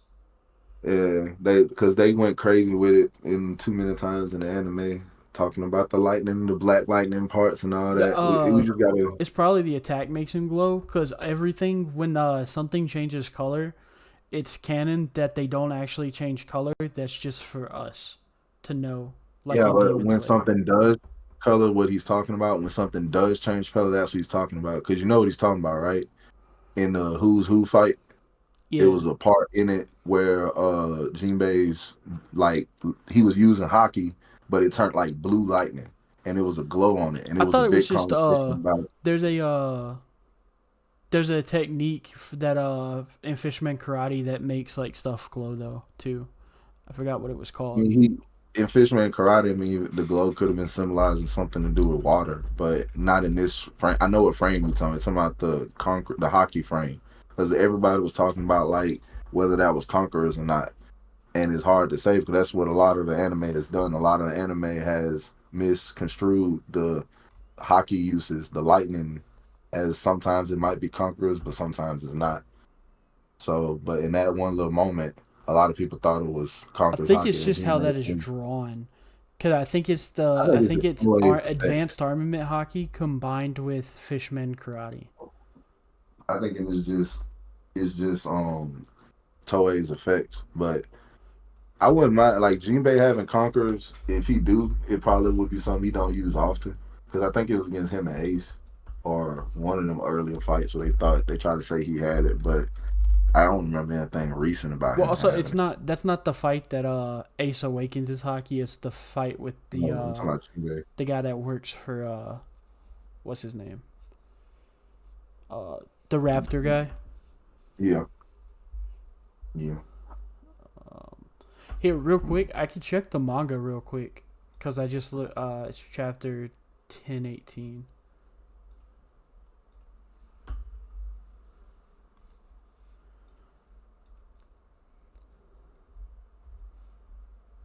Because that might be officially colored. It has been officially colored. All right. So what we Where we left off was Big Mom showing up and losing weight, and where she goes full hag mode with all three of her homies. full Baba Yaga. Yeah, After she full tearing Baba apart the Yaga. ship, she Yeah, she tearing starts apart tearing the it ship. apart with like her fingers to just show like how powerful she is. Bro, I'm surprised she can fit on the ship. I am too, dude. That's a big bitch. But that's when also simultaneous when they show up with that cake. And that's when, yeah, they show up with the cake, and then they got Veggie leading her off because Veggie leads her off because the plan Sanji and them came up with. What really was Chiffon. They came up back behind saying after they had switched off and Veggie had left, they said it was Chiffon that came up with the plan about leading Mama away. So they don't know how much damage she's gonna cause to Chocolate Town and the surrounding area. So they're gonna lead her away so she don't cause that much damage. And that was when Sanji returned to the crew. And I do remember seeing this. I remember saying in the last episode about it was either the last one or the one before about Nami never forgiving Sanji. Here's Just the panel, the colored panel for the move. It just has blue lightning, so that could mean anything. Cause there's two moments. There's the shark grip, and then the demon brick fist. This has blue lightning.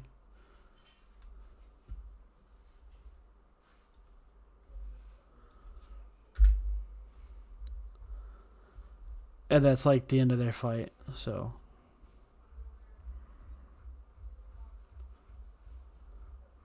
I could tell you there's too many possibilities there.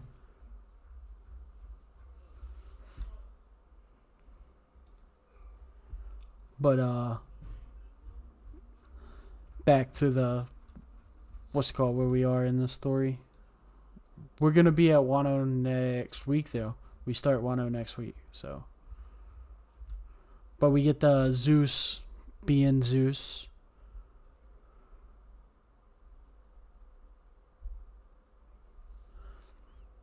She just absolutely can rip the ship apart easily.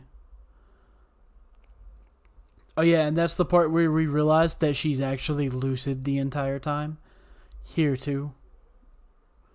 Because of she's just like, if Perospero was lying, I'm gonna kill him. And Perospero was just like, crap. I thought didn't know anything that was going on. Yeah. And we see Jinbei's armament hockey's pretty strong. It took a flaming hit from Napoleon.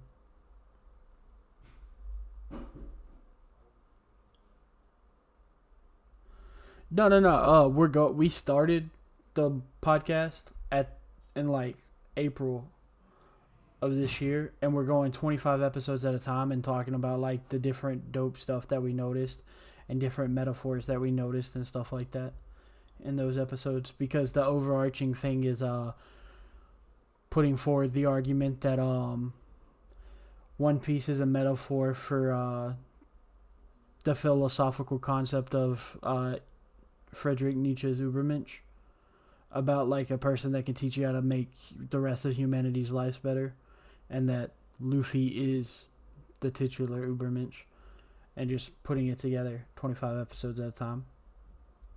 It's just some episodes we don't have a lot in the metaphor to talk about. Yeah, so it's like it's in like, how would you say, it's in a lot of different phases. So like you first start One Piece, if you didn't know, you have the three different, the three different growth stages. Yeah, there's three different evolutions. It's the camel, the lion, and then the child, and then it's a lot. But basically the Übermensch is supposed to like destroy the previous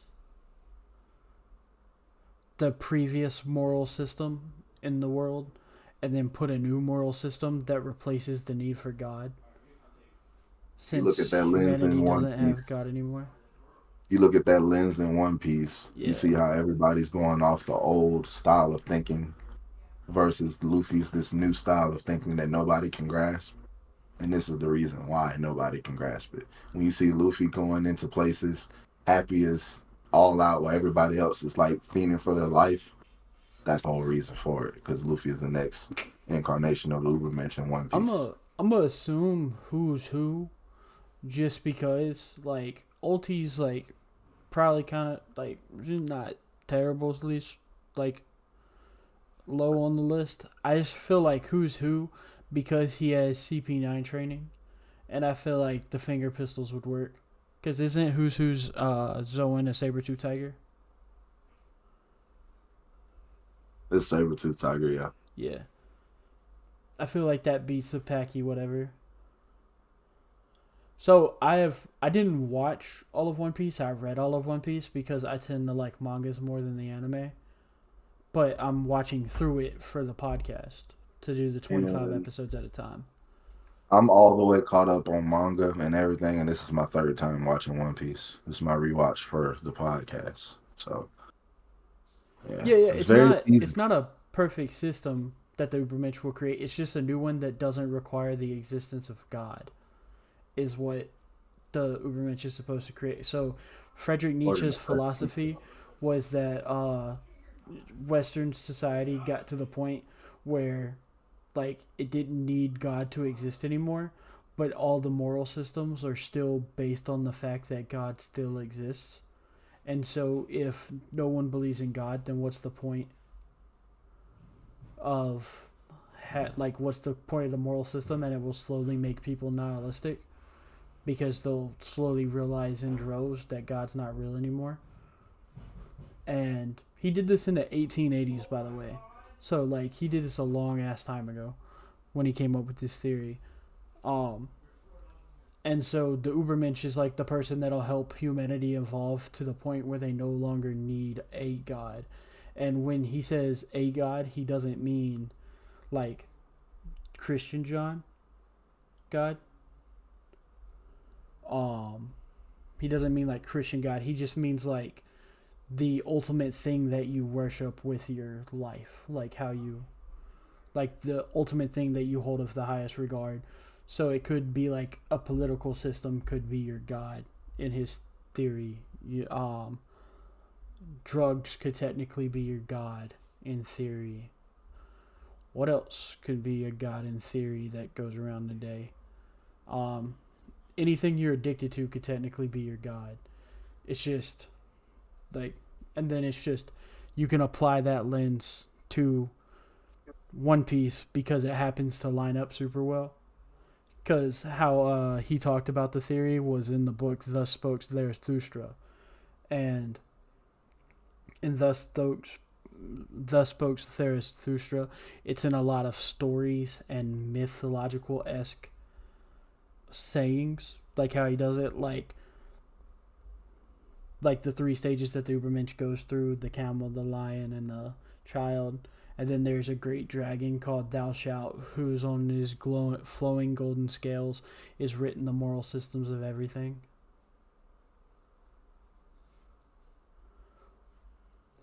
Like, a lot of things about it line up when you talk about the Ubermensch and what he's supposed to be and what Luffy is trying to be.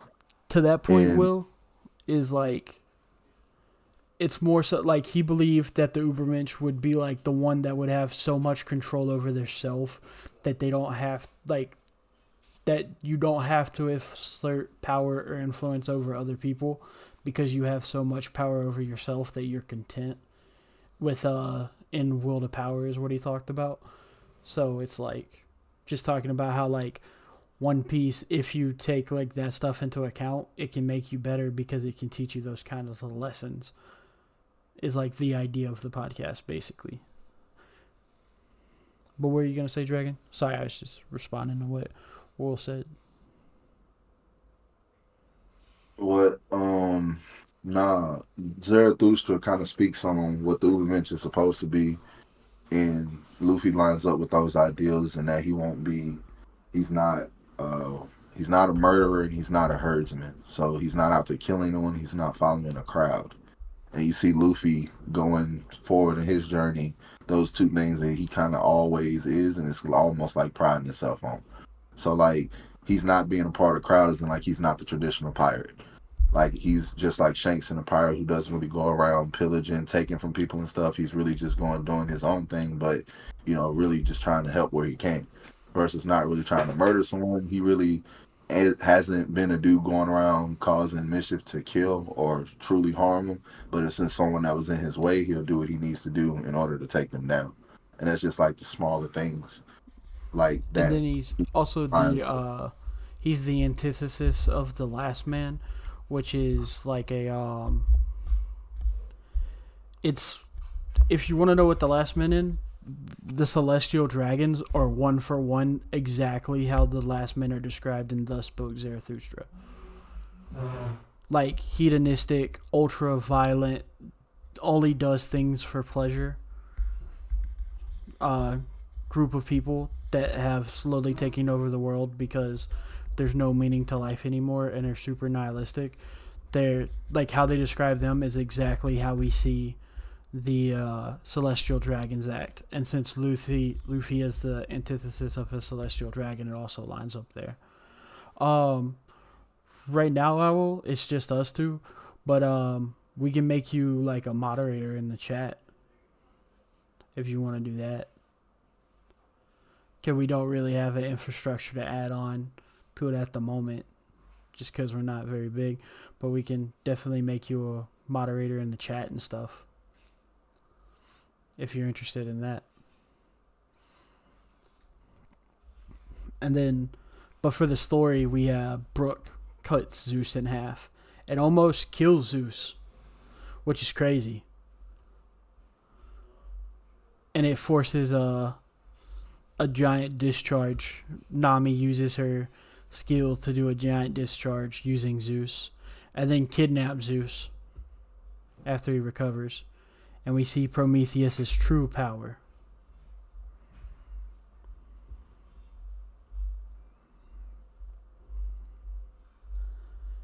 Then we're 3 chapters away from, what's it called? Snake Man. And then we get Flambe. I do not like Flambe as a character. Flambe gets on my nerves. What about you, Dragon? Yeah, I hate him. Also, I love the I love the implication that what's it called has that she was voted by all but one that she's their favorite sister. I'm willing to bet money that Katakuri's the one that didn't vote for her. I thought they did say that he was the one. I thought they just implied. I thought they did. They might have outright said it, but I thought it was just implied. But like because like Katakuri is too straight laced to deal with someone like her. Like Katakuri, like it sounds weird to say it about a guy that has straight up just fucking killed people. That he's just too good of a dude to let somebody do that. Like you see like how honor bound he is in his fight with Luffy. As soon as he realized that she ruined the fight, he equalizes it by stabbing himself even harder than he stabs Lucy. I almost called him Lucy again. But he stabs himself with his spear. Like even more center mass than he stabbed Luffy. You know what I mean? Like even closer to the center of his stomach. Yeah, he gave himself like an even crazier blow than he gave Luffy. Because it like one of the prongs like stabbed Luffy. He just wholesale ass stabs himself in the stomach with all 3. Or I think it's 2 of the prongs hit Luffy in the side. And the other thing is when he took also, because he was also on him, you talk about how honor bound he is, he also told him about laughing at somebody who's about to lose their life, which a lot of things that he does is very different than the previous villains we've seen. Like, y'all gonna laugh at somebody that's about to lose their life. He literally takes the same mask off. Mind you, he literally hides every day at around 3 o'clock to eat donuts so his family doesn't watch him eat. And a dude he just met, literally honor bound enough to share his secret with his family who he had been hiding it from takes his mask off, say if you're gonna laugh at someone's life, he'll take a laugh at me. And this is something he always hides. That's like a different level of honor bound. Like even so far as to like sacrifice your own dignity or your own save of face, however you want to call it, dice it up for a dude who literally you're about to kill. But that just goes to how deep the honor bound is. Just they messed his fight up. He knew something was off. He wants to get it back on even playing grounds because he prides himself on strength so much he can't just lose. He has to get beaten. He can't just win. He has to dominate. You know? Like, that's someone who really prides himself on their strength. Yeah. But yeah, we'd be down to do something like that, Owl, at some point. Right now, it's just a podcast. I try to we do scripts and stuff like that. But, yeah, we'd be down to talk about something like that at some point.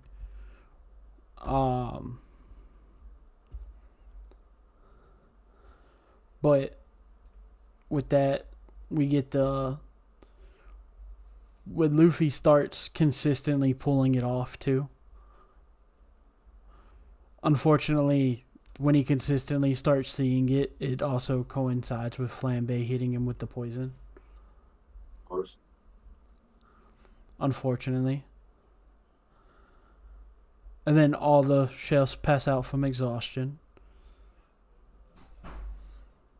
And then Luffy has a hard ass line.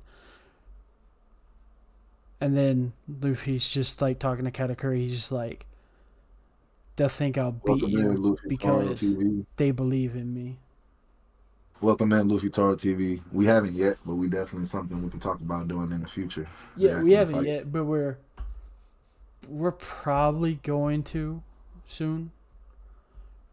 Because we haven't decided what we're going to do when we catch up to the anime. But we're open for suggestions when the podcast catches up to the anime.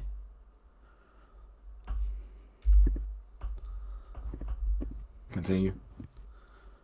And then from there we got the what's it called? Prometheus going Spirit Bomb. Like when he goes giant to where like the what's it called, powers won't work anymore. I can't think of the word. Where Jinbei's Fishman Karate won't successfully put it out anymore. And then we get Beiji. So some people might not know, but in my head, I always read Beiji's name as Gangbang because I have dyslexia, and so sometimes I call him Gangbang instead of Beiji. And so if you hear me call someone Gangbang, I'm talking about Beiji. But he shows up with the cake, pulls Big Mom away. We learn more about how Beiji might be a piece of shit person, but he's a pretty good fucking dad. Which is crazy. And then we get more of Katakuri versus Luffy. And we're almost to the point where Katakuri realizes, that's what it is. The drill clips his side. That's what it was. I couldn't remember if he got stabbed, how many prongs he got stabbed. But the spear clipped his side and cut out a chunk. That's what it was. Yeah, dude. Like, it's just 2 letters off from being gangbang. Cause you can turn the E sound.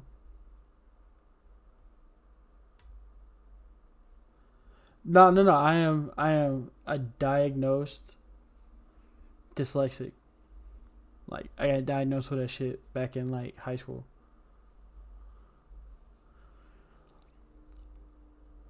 And then it's funny, when the poison starts working on him, it makes Katakuri mad because Katakuri was having so much fun in the fight that he's just like, your foot slipped, you amateur, because Luffy fell down, and he gets mad. And then he slowly starts to realize, wait, you were having this. Why are you losing focus? What the heck's going on here? Why? Like, he's even asking himself, like, what's wrong? I was just starting to admit you were worthy. Suddenly, you show yourself to be very disappointing. But Luffy still gets up because Luffy's just about that life. Like, Luffy's like forever about that life. And then with the miss, Katakuri realizes what happened. And Katakuri gets friggin' pissed about it. Knowing that she took away his great fight he was about to get to have. Because Luffy was finally understanding everything. And he just impales himself in the stomach. And he takes his mask off and yells at her. And he looks, let's be real, he looks kind of scary without his mask on. Like, that's not a face you want to run into an alley. You know what I mean, Dragon? Oh, you're right. Like that. Not a dude I want to run into.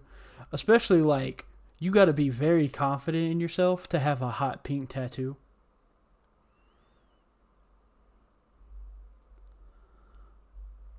Especially that big of a tattoo that's hot pink. That's on, like, your chest, your stomach, your shoulder, and your back. And yeah, a mouth like that would not want to run into you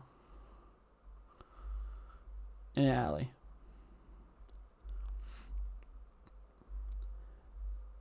And then we get he stabs himself in the stomach. And then he's like, we've had enough of the peanut gallery. Let's get this over with. And then Luffy releases his Conqueror's Haki and knocks out all the losers. Flambe and co. And then I really like how Katakuri, when he takes off his jacket and reveals his tattoo in its entirety, it's like like the arm, like you see on the... Here, I'll show a picture. On his arm, it's like Big Mom with Napoleon on, with lines. But on his back, there's a wing. On his back, he's got a wing. And it's almost like it symbolizes that he is, he's free from the constraint that being a Big Mom pirate has put on him. Like, and the expectations of his brothers and sisters. Ever going out. And it's like him becoming free from the expectations of his family has on him, and he can finally do what he has to do. Like, here's a good shot of it. You can see his back. He's got a wing, like a big wing that takes up his entire shoulder blade with the lines. But I just thought that was pretty cool way to look at it. Like him taking off his jacket and taking off his mask, like taking off the things that are like what prevent him from being who he's supposed to be around, like who he wants to be. The things that make him who he is to his family, instead of the actual him that just wants to have a good fight. And then that's when we get, like, the fight gets crazy and they both go all out, even though they're like all different types of messed up. And then we get to Katakuri's hand blows up and he can just regrow it. And then we get a couple of traded blows. And right when it looks like Luffy's going to lose, he realizes that he can modify Bounce Man or Gear 4 to Snake Man and become way faster. Which is awesome, in my opinion. And that makes him like insanely fast, way faster than normal. And he's able to fight similar to how Katakuri is. Like, he's so fast that it's like he's punching with multiple fists at the same time. Which is really cool. like one fist is like the equivalent of punching several times.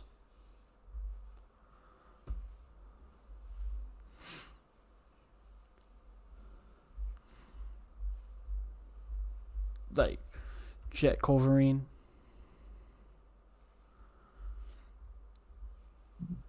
And then we get the buzz cut attack. But then we just get really well choreographed fight scene with Snake Man. And then they basically fight until they're both on their last limb and exhausted. And then we get to Pudding steals Sanji's memories of him helping her.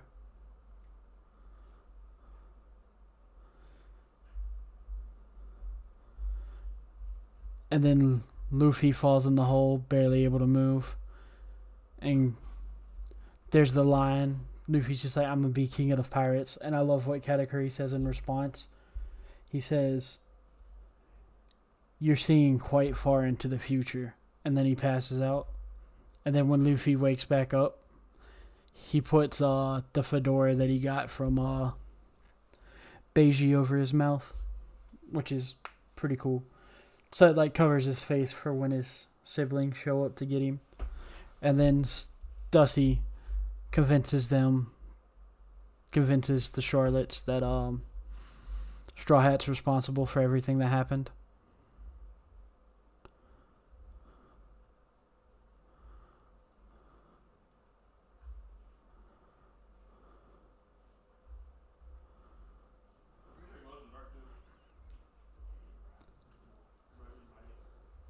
And then we get Peckham shows up dressed up as Miss Toms.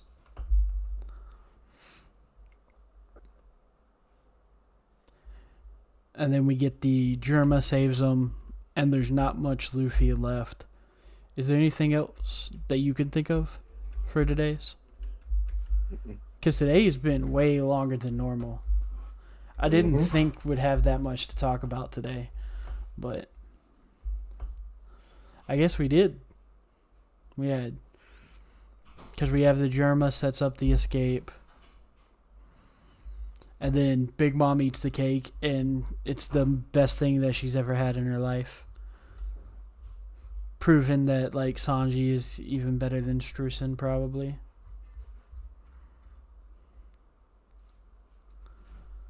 But yeah, I think that's it for this week, guys.